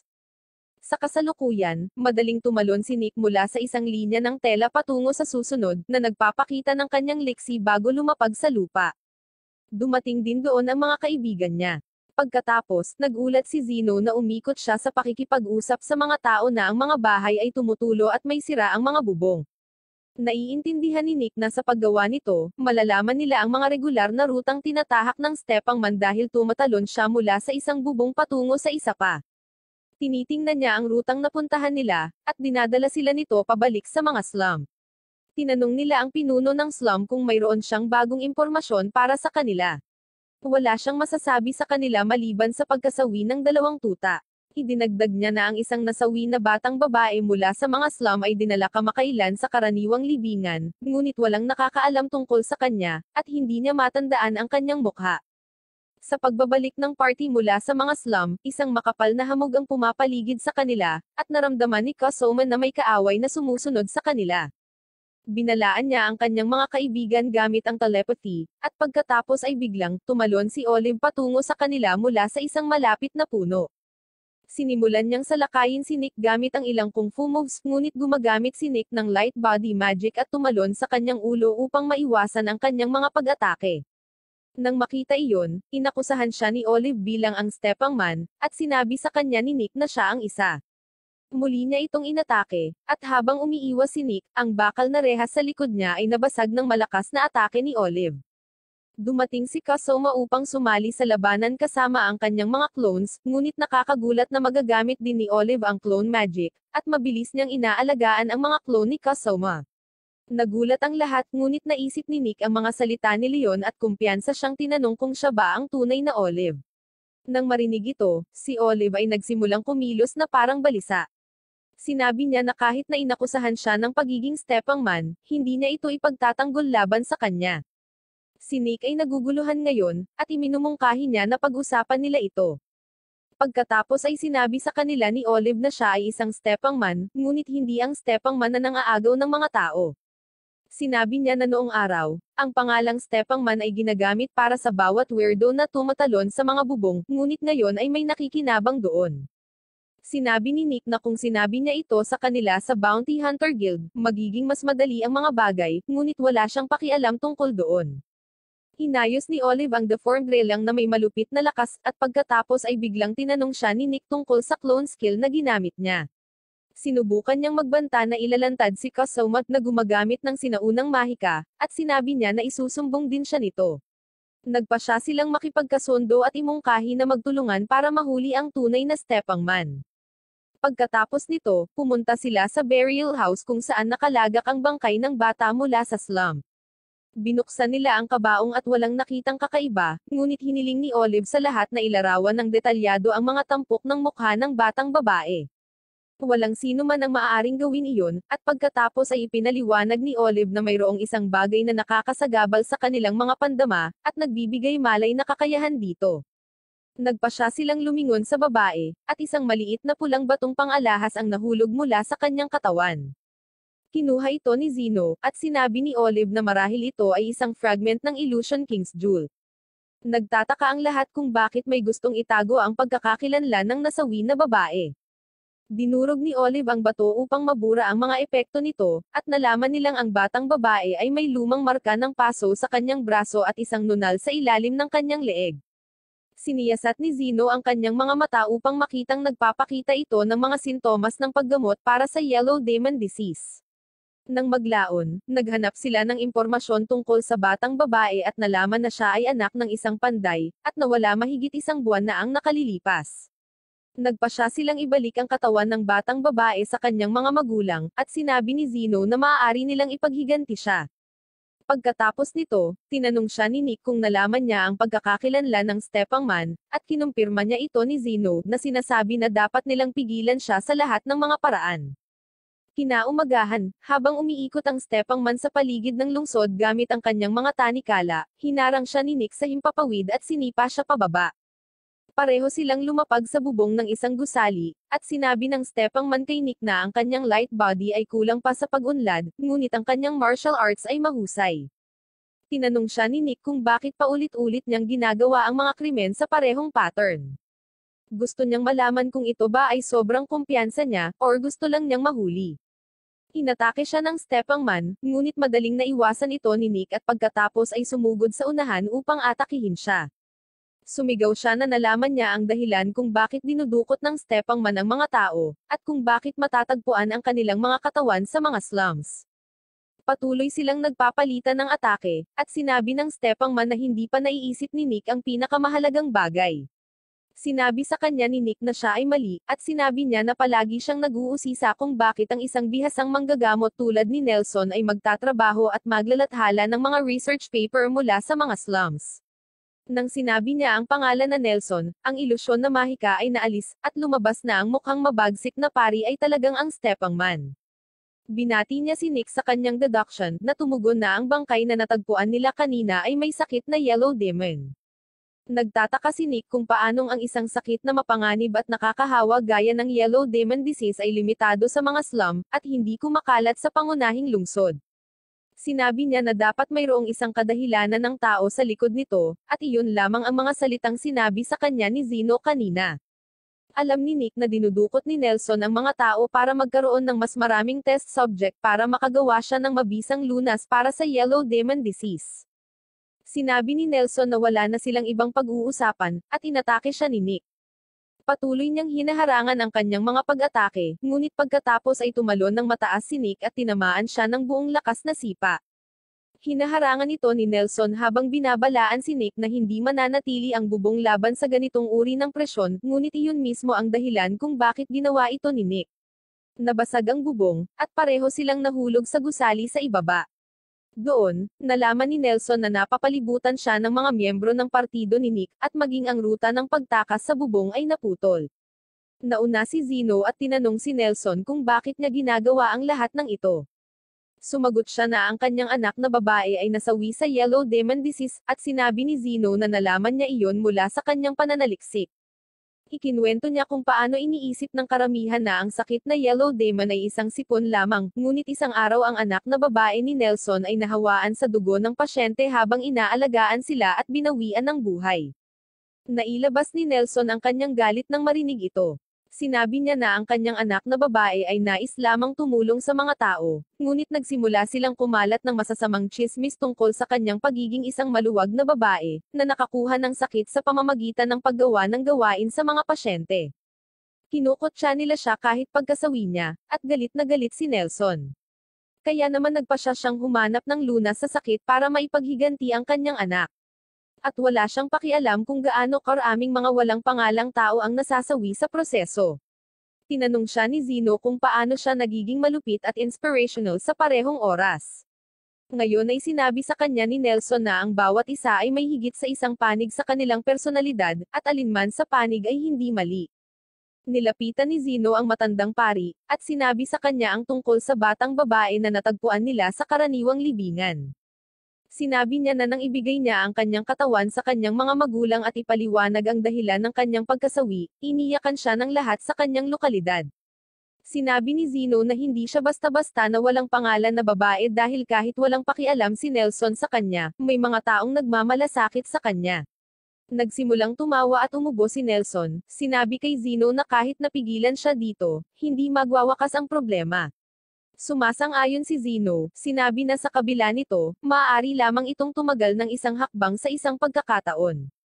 Bumangon ang matandang pari, at biglang naramdaman ni Kosoman na may paparating at nagbabala sa lahat. Biglang, isang magic beam ang tumusok sa pinto at tumama mismo sa tiyan ni Nelson. Ang pinto ay sinipa, at isang lalaki sa Demonic armor ang dumating doon, na nagsasabi kay Nelson na tapos na ang kanyang oras. Ngayon siya ay naglalakad sa loob, at tinanong ni Nelson ang lalaki kung bakit siya naririto. Sumagot ang nakabaluti na lalaki na mas gugustuhin niyang tulungan siya, ngunit marami na siyang sinabi, kaya narito siya upang patahimikan siya ng tuluyan. Sinubukan ni Zeno na pagalingin si Nelson, ngunit tinamaan siya ng armored na lalaki, na hinihiling sa kanya na iligtas ang kanyang magic dahil susunod niyang tatapusin ang kanyang koponan. Inatake siya ni Karen at Tiara gamit ang kanilang mga pag-atake ng fire at ice, ngunit mabilis niyang naiwasan ang dalawa at pagkatapos ay hinampes din sila. Sinasamantala ito, pinagaling ni Zeno si Nelson, na nagsabi sa kanya na nag-aaksaya siya ng kanyang oras. Sinabi niya kay Zeno na siya ay gumagawa ng mali sa pamamagitan ng pagtutok sa ibang bagay kapag ang kanyang mga kasamahan sa koponan ay may problema. Ngayon, sinabi ni Nelson na ang kanyang kabaitan ay hindi kabaitan kundi pagiging makasarili, at iyon ang magpapapaslang sa lahat ng tao rito. Si Zeno ay nabigla sa narinig nito, at pagkatapos ay humiling si Nick na sumama sa kanya dahil ang iba ay bumagsak. Hindi siya makapagdesisyon, at sa oras na iyon, nataman din si Nick ng armored guy. Nagpanik si Zeno, napagtanto na dahil sa kanyang kawalan ng katiyakan, nawalan sila ng isa pang pagkakataon.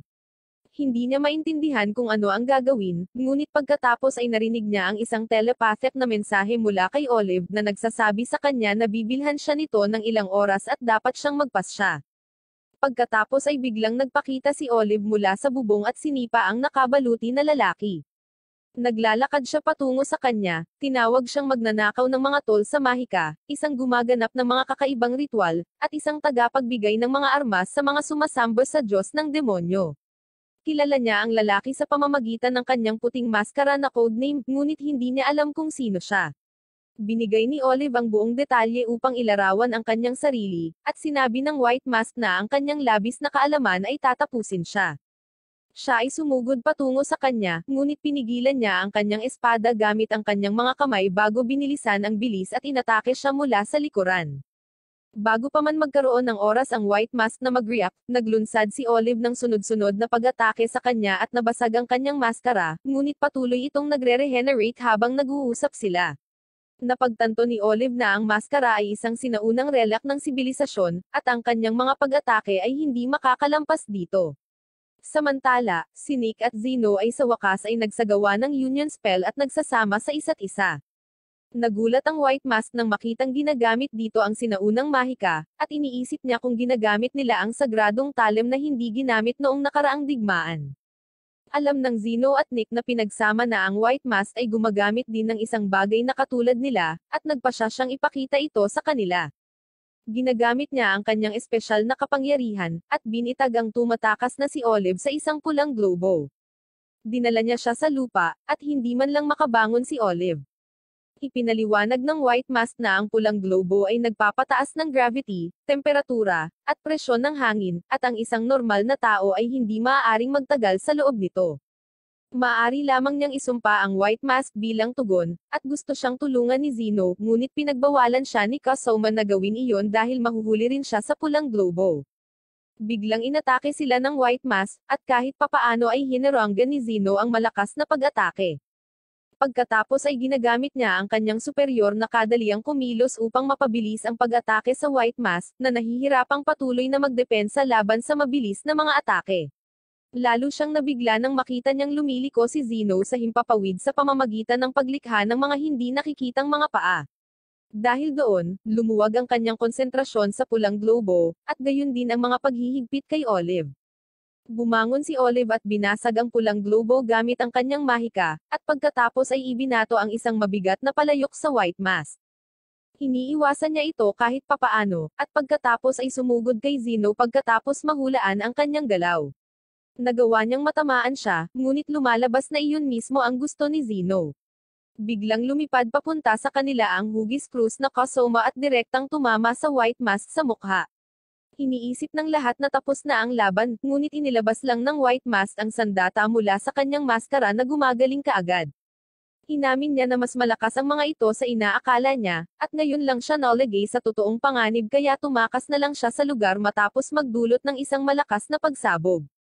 Ang gusali ay sira-sira, ngunit sa kabutihang palad ay hindi nasaktan ang lahat. Well, lahat maliban kay Nelson, na nakulong sa ilalim ng mga durog na bato. Nagmamadali sina Zeno at Karen para tulungan siya, ngunit pinigilan sila ni Olive. Sinabi ni Nelson kay Zeno na huli na ang lahat para sa kanya dahil apektado din siya ng Yellow Demon Disease. Hiniling niya sa lahat na iwan siya at tumakbo palayo bago gumuho ang gusali. Ngunit si Zeno ay nagpakawala pa rin ng spell sa kanya bago pumunta. Ang gusali ay nagsimulang gumuho, at ngayon ay sinabi ni Nelson na sasabihin niya sa kanyang anak na babae sa langit ang kwento ng pakikipaglaban sa mga adventurer, at tiyak na magugustuhan niya ito. Si Zeno at ang iba pa ay kailangang tumakas habang ang gusali ay gumuguho, at pagkaraan ng ilang minuto, ito ay isang tambak lamang ng mga durog na bato. Ang koponan ay nagdadalamati sa pagkasawi ni Nelson, at sinabi ni Karen sa kanya na huwag masyadong malungkot dahil sa huli, iniligtas niya ang kaluluwa ng matandang pari. Naging emosyonal si Zeno nang marinig ito at muling umiyak. Sa pamamagitan nito, natapos na ang kaso ng Stepangman, ngunit sinabi ni Olive na hindi pa sila makakapag-relax. Nandoon pa rin ang White Mask, at may mga taong mas makapangyarihan pa sa kanya ang kumokontrol sa kanya. Sinabi niya na kung binigyan siya ng pahintulot ng kanyang mga amo na gumamit ng mga ipinagbabawal na armas, ang sitwasyon ay mas seryoso kaysa sa iniisip nila. Isinasantabi ang lahat ng iyon, tinanong ni Nick si Olive kung sino talaga siya dahil masyado siyang malakas at maalam para sa gayong karaniwang reporter. Sinasabi rin ng lahat sa kanya na ibunyag ang kanyang pagkakakilanlan dahil sila ay mga kasamahan sa pakikipaglaban. Sumandal si Olive kay Kasoma at nagtanong kung siya ang Sword of Bonds, at tumanggo siya. Pagkatapos ay nagpasya siyang magsalita at sabihin sa lahat na siya ang Elemental Class Anti-Demon God Combat Training Program, na kilala rin bilang The Sword of War. Pagkatapos ng labanan sa White Mask, ang mga nakaligtas ay bumalik sa kanilang mga silid at gumugugol ng maraming oras na magpahinga. Ginugugol nila ang oras na ito para makarecover mula sa mga pinsalang natamo nila, at upang ayusin ang mga bagay sa kanilang isipan. Naaabala si Kasoma sa kanilang kinikilos dahil lang sa wala silang magawa ngayon. Biglang bumangon si Nick mula sa kanyang kama, at kumuha ng sirang espada mula sa drawer na nagbabalik ng maraming alaala. Noong siya ay medyo bata pa, si Nick ay patungo sa Labyrinth City kasama ang kanyang mga magulang nang biglang inatake ang kanilang karwahe. Ang maliit na Nick ay walang maproseso sa oras na iyon, ngunit ang kanyang ina ay mabilis na nagbukas ng isang lihim na kompartimento kung saan itinago nila ang lahat ng kanilang pera, at inilagay si Nick sa loob nito. Sinabi niya sa kanya na parehong mahal na mahal siya ni nanay at tatay, at pagkatapos ay isinarahan siya ng pinto. Wala pa ring maintindihan si Nick nang marinig niya ang tunog ng mga espadang nagsasalpukan, at mga laman na nasira sa labas. Hindi nagtagal, isa sa mga bandidong sumalakay sa kanila ang pumasok sa karwahe at sinimulang inspeksyon ang mga loot. Napansin niya ang sikretong kompartimento sa ilalim ng bar aisles at sinubukang buksan ito, ngunit nakatakas na si Nick sa oras na iyon. Nabangga ni Nick si Argus na naglabas ng punyal nang makita siya. Gayunpaman, ginamit niya ito upang tapusin ang bandido na papalapit sa kanila. Pagkatapos ay niyakap ni Argus si Nick at humingi ng paumanhin, sinabi na huli na siya sa pagdating at hindi niya mailigtas ang kanyang mga kaibigan mula sa mga bandido. Pagkatapos noon, inampon ni Argus si Nick at sinanay na maging isang adventurer. Dinala niya siya sa lugar na may slime din sa kanyang unang misyon, at patuloy niyang sinasabi sa kanya kung paano dapat magtiwala ang mga adventurer sa isa't isa ngunit huwag hayaan ang kanilang mga bantay. Si Nick ay clumsy pa noon, at si Argus ay natatawa habang nadulas siya sa slime. Hindi nagtagal, niregaluhan siya ni Argus ng isang maikling espada pagkatapos niyang maging isang wastong adventurer, ngunit ang espadang iyon ay nabasag sa pakikipaglaban sa isang halimaw. Hawak ni Nick ang parehong sirang espada na naglalaman ng napakaraming alaala. Sa kasalukuyan, iniisip niya ang oras na pinaalis siya ni Argus mula sa party at iniisip kung may magagawa ba siyang kakaiba para maaari siyang manatili doon. Nakatulog siya sa pag-iisip tungkol sa nakaraan at nagising kapag umuulan. Maya-maya, bumangon si Nick at umupo sa kanyang kama at narinig ang isang pamilyar na boses. Pumunta siya sa bintana, at laking gulat niya nang makita niya si Agatha sa kalsada na nag-iisa. Nag-alala siya dahil mukhang hindi pa hihinto ang ulan, tapos biglang ginamit ni Nick ang payong na ibinigay nito sa kanya noong una nilang pagkikita. Nagpasalamat si Agatha sa kanya, at saka tinanong kung ano ang pangalan niya dahil hindi siya nag-abalang itanong iyon noon. Sinabi sa kanya ni Nick na siya ay isang tuwid na aso na mahilig sa mga idolo, at siya ay nakangiti lang. Pinag-uusapan nila kung paano umulan noong araw na una silang nagkita, at marahang ibinulong ni Agatha na naligtas din siya dahil sa araw na iyon. Patuloy silang nag-uusap, at kahit na napagod ang kamay ni Nick sa paghawak sa payong, sinabihan siya ni Agatha na humawak hanggang sa matapos ang ulan. Ngunit lalo lamang itong tumitindi. Samantala, si Zeno ay nasa mga slum na nagpapatakbo ng klinika ni Nelson pagkatapos ng kanyang kasawian, at nakikipag-ugnayan sa kanyang mga pasyente. Pakiramdam niya ay talagang iginagalang ng mga tao sa slum si Nelson, na nangangahulugang isa siyang mabuting doktor sa kabila ng kanyang masamang panig. Pakiramdam ni Zeno ay sinusubukan niyang kunin ang lugar ni Nelson upang magdalamhati sa kanya. Sa ibang bahagi ng lungsod, nagising si Tiara mula sa kanyang pagtulog. Nakatingin siya sa buwan, iniisip kung paanong tila napaka-boring ng buhay nitong mga nakaraang araw. Pakiramdam niya ay nahiwalay siya sa kanyang nakagawiang buhay, ngunit nagsusugal pa rin sa karera ng kabayo sa tubig para lang panatilihing pareho ang mga bagay. Kahit na walang sino man sa labas upang saktan or ipagkanulo siya, at kahit na siya ay nananalo sa pagsusugal, siya ay naiinip pa rin sa kanyang buhay. Kinabukasan, ang grupo ay nagtitipon sa kanilang karaniwang lugar, at si Karen ang huling dumating. Kinakabahan niyang tinanong ang lahat kung ayos lang sila, at sinabi nila sa kanya na okay sila. Napansin ni Kasoma na marumi ang sapatos at robe ni Zeno, kaya tinanong niya ito kung nagtatrabaho pa rin siya sa mga slum. Pinaalalahanan ni Zeno si Kasoma na hindi sila dapat makialam sa pribadong buhay ng isa't isa. Sa gabi habang nakaupo si Zeno sa kanyang klinika, dumating si Kasoma doon. Ipinangako niya na hindi siya naririto para makialam kundi para lamang kumilos bilang kanyang bodyguard dahil ang mga slum ay maaaring mapanganib. Kinabukasan ay nagkita silang muli, at tinanong ni Karen ang lahat kung kumain na sila. Sinabi nila na kumain na sila ng almusal, at sinabi ni Karen na dapat siyang lumabas para kumain mag-isa. Pagkatapos habang naglalakad mag-isa, naiisip ni Karen si Carlos at ang pagtataksil nito. Inamin niya na sa kabila ng pagtataksil, masaya ang kanyang mga araw na nakikipagsapalaran sa kanya at sa iba pa.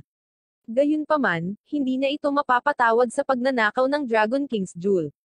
Habang nag-iisip siya, nakatagpo siya ng isang baguhan na niloloko ng kaparehong dealer ng pendant na sinubukan siyang lokohin noong nakaraan. Tinuruan niya ng leksyon ang tindero at pinaalis ang babae, nang biglang dumating doon ang mga kaibigan niya, at natarante siyang makita sila. Inihayag nila na narito sila upang tingnan ang paghahanda ng Summer Sleep Festival. Walang pakialam si Karen sa mga detalye ng pagdiriwang, ngunit dahil may pagkain doon, sabik na siyang subukan ito. Nagsisimula siyang mag-isip kung ang kanyang pagkamuhi at pagnanais na maghiganti ay maglalaho, kung magpapatuloy siyang mamuhay ng masaya kasama ang kanyang mga kaibigan, ngunit tila wala rin siyang pakialam dito. Maya-maya lang, tumatakbo si Olive papunta sa kanila na sumisigaw tungkol sa malaking balita. Sinusubukan niyang i-hype ang lahat bago ang malaking pagbubunyag, at si Kasoma lamang ang nahuhulog sa kanyang panlilinlang. Binasa ni Tiara ang balita mula sa magazine na nagsasabing ang maalamat na Dark Demon God ay malapit ng muling mabuhay. Sinabihan siya ni Tiara at Nick na huwag magpakalat ng napakaraming peking balita, ngunit kumpiyansa na sinabi ni Olive sa kanila na mayroon siyang pinagkakatiwalaang source para sa balitang ito, at ang source na iyon ay ang Trust Me Bro. Walang nasisiyahan sa kanyang sinabi, gayunpaman, sinabi ni Olive na mayroon siyang ilang hinala tungkol sa black market kung saan nakuha ng White Mask ang Illusion King's Jewel. Biglang tinanong siya ni Karen kung ang black market ay nakikitungo din sa Dragon King's Jewel. Ipinahayag ni Karen ang kanyang pagkalito sa kanyang mga kaibigan, na kahit na nagsasaya siya sa kanila, hindi pa rin niya maalis ang kanyang nakaraan. Sinabi sa kanya ni Tiara na walang dapat ikagulo, at dapat niyang habulin ang kanyang nakaraan at harapin ito. Gayunpaman, sa pagkakataong ito ay hindi na siya pupunta ng mag-isa dahil lahat ay sasama sa kanya. Sumasang-ayon din sina Zeno at Nick, at pagkatapos ay sinabi ni Olive na maaari rin silang makahanap ng anumang mga pahiwatig tungkol sa White Mask kapag sila ay nasa black market. Gustong hanapin siya ni Olive at pagkatapos ang kanyang mga amo, at magpatuloy hanggang sa maabot nila ang pinakahuling kontrabida ng mundong ito at talunin siya. Si Kasoma ay nasa sabik na gawin iyon, at naisip ni Nick na muli siyang minamanipula ni Olive habang sa pagkakataong ito ang lahat ay naging biktima din ng pagmamanipula ni Olive. Walang pagpipilian si Nick kundi ang mag-atubili na sumali. Nang itinaas niya ang kanyang kamay sa kanila, nagsimula ang isang fireworks show sa likod nila. Lumingon sila at nakitang nagsimula na ang festival. Kaya agad silang bumisita. Bumili si Nick ng cotton candy at dinala ito kay Leon sa kulungan. Nasaksihan din ng lahat ang mga paputok, at sinundan ni Karen ang solo adventure sa isang restaurant, at ang babaeng pusa na iniligtas niya kanina ay sumusunod din sa kanya doon. Nagkataon na ang restaurant ay pinamamahalaan ng ex ni Agatha na si Donito. Nagpe-perform din si Agatha sa festival. Si Nick ay nasisiyahang pasayahin siya, habang si Tiara ay bumalik sa pagsusugal. Samantala, si Kasoma at Olive ay nakaupo at nag-uusap. Bilang dalawang maalamat na artifact na armas, tinanong niya siya kung ano ang tingin niya sa mga survivors bilang isang sword of war na nagsasanay sa mga tao na lumaban sa mga demonyo. Sinabi ni Olive na sila ang mga taong hahampasin ng Demon God balang araw, ngunit ang araw na iyon ay napakalayo. Sinabi ni Olive na ang kanilang pag-aalinlangan ay isang magandang bagay sa ngayon, ngunit kailangan nilang magtiwala sa isa't isa sa lalong madaling panahon sa hinaharap, pero nasa kanila na iyon para mapagtanto nila ito.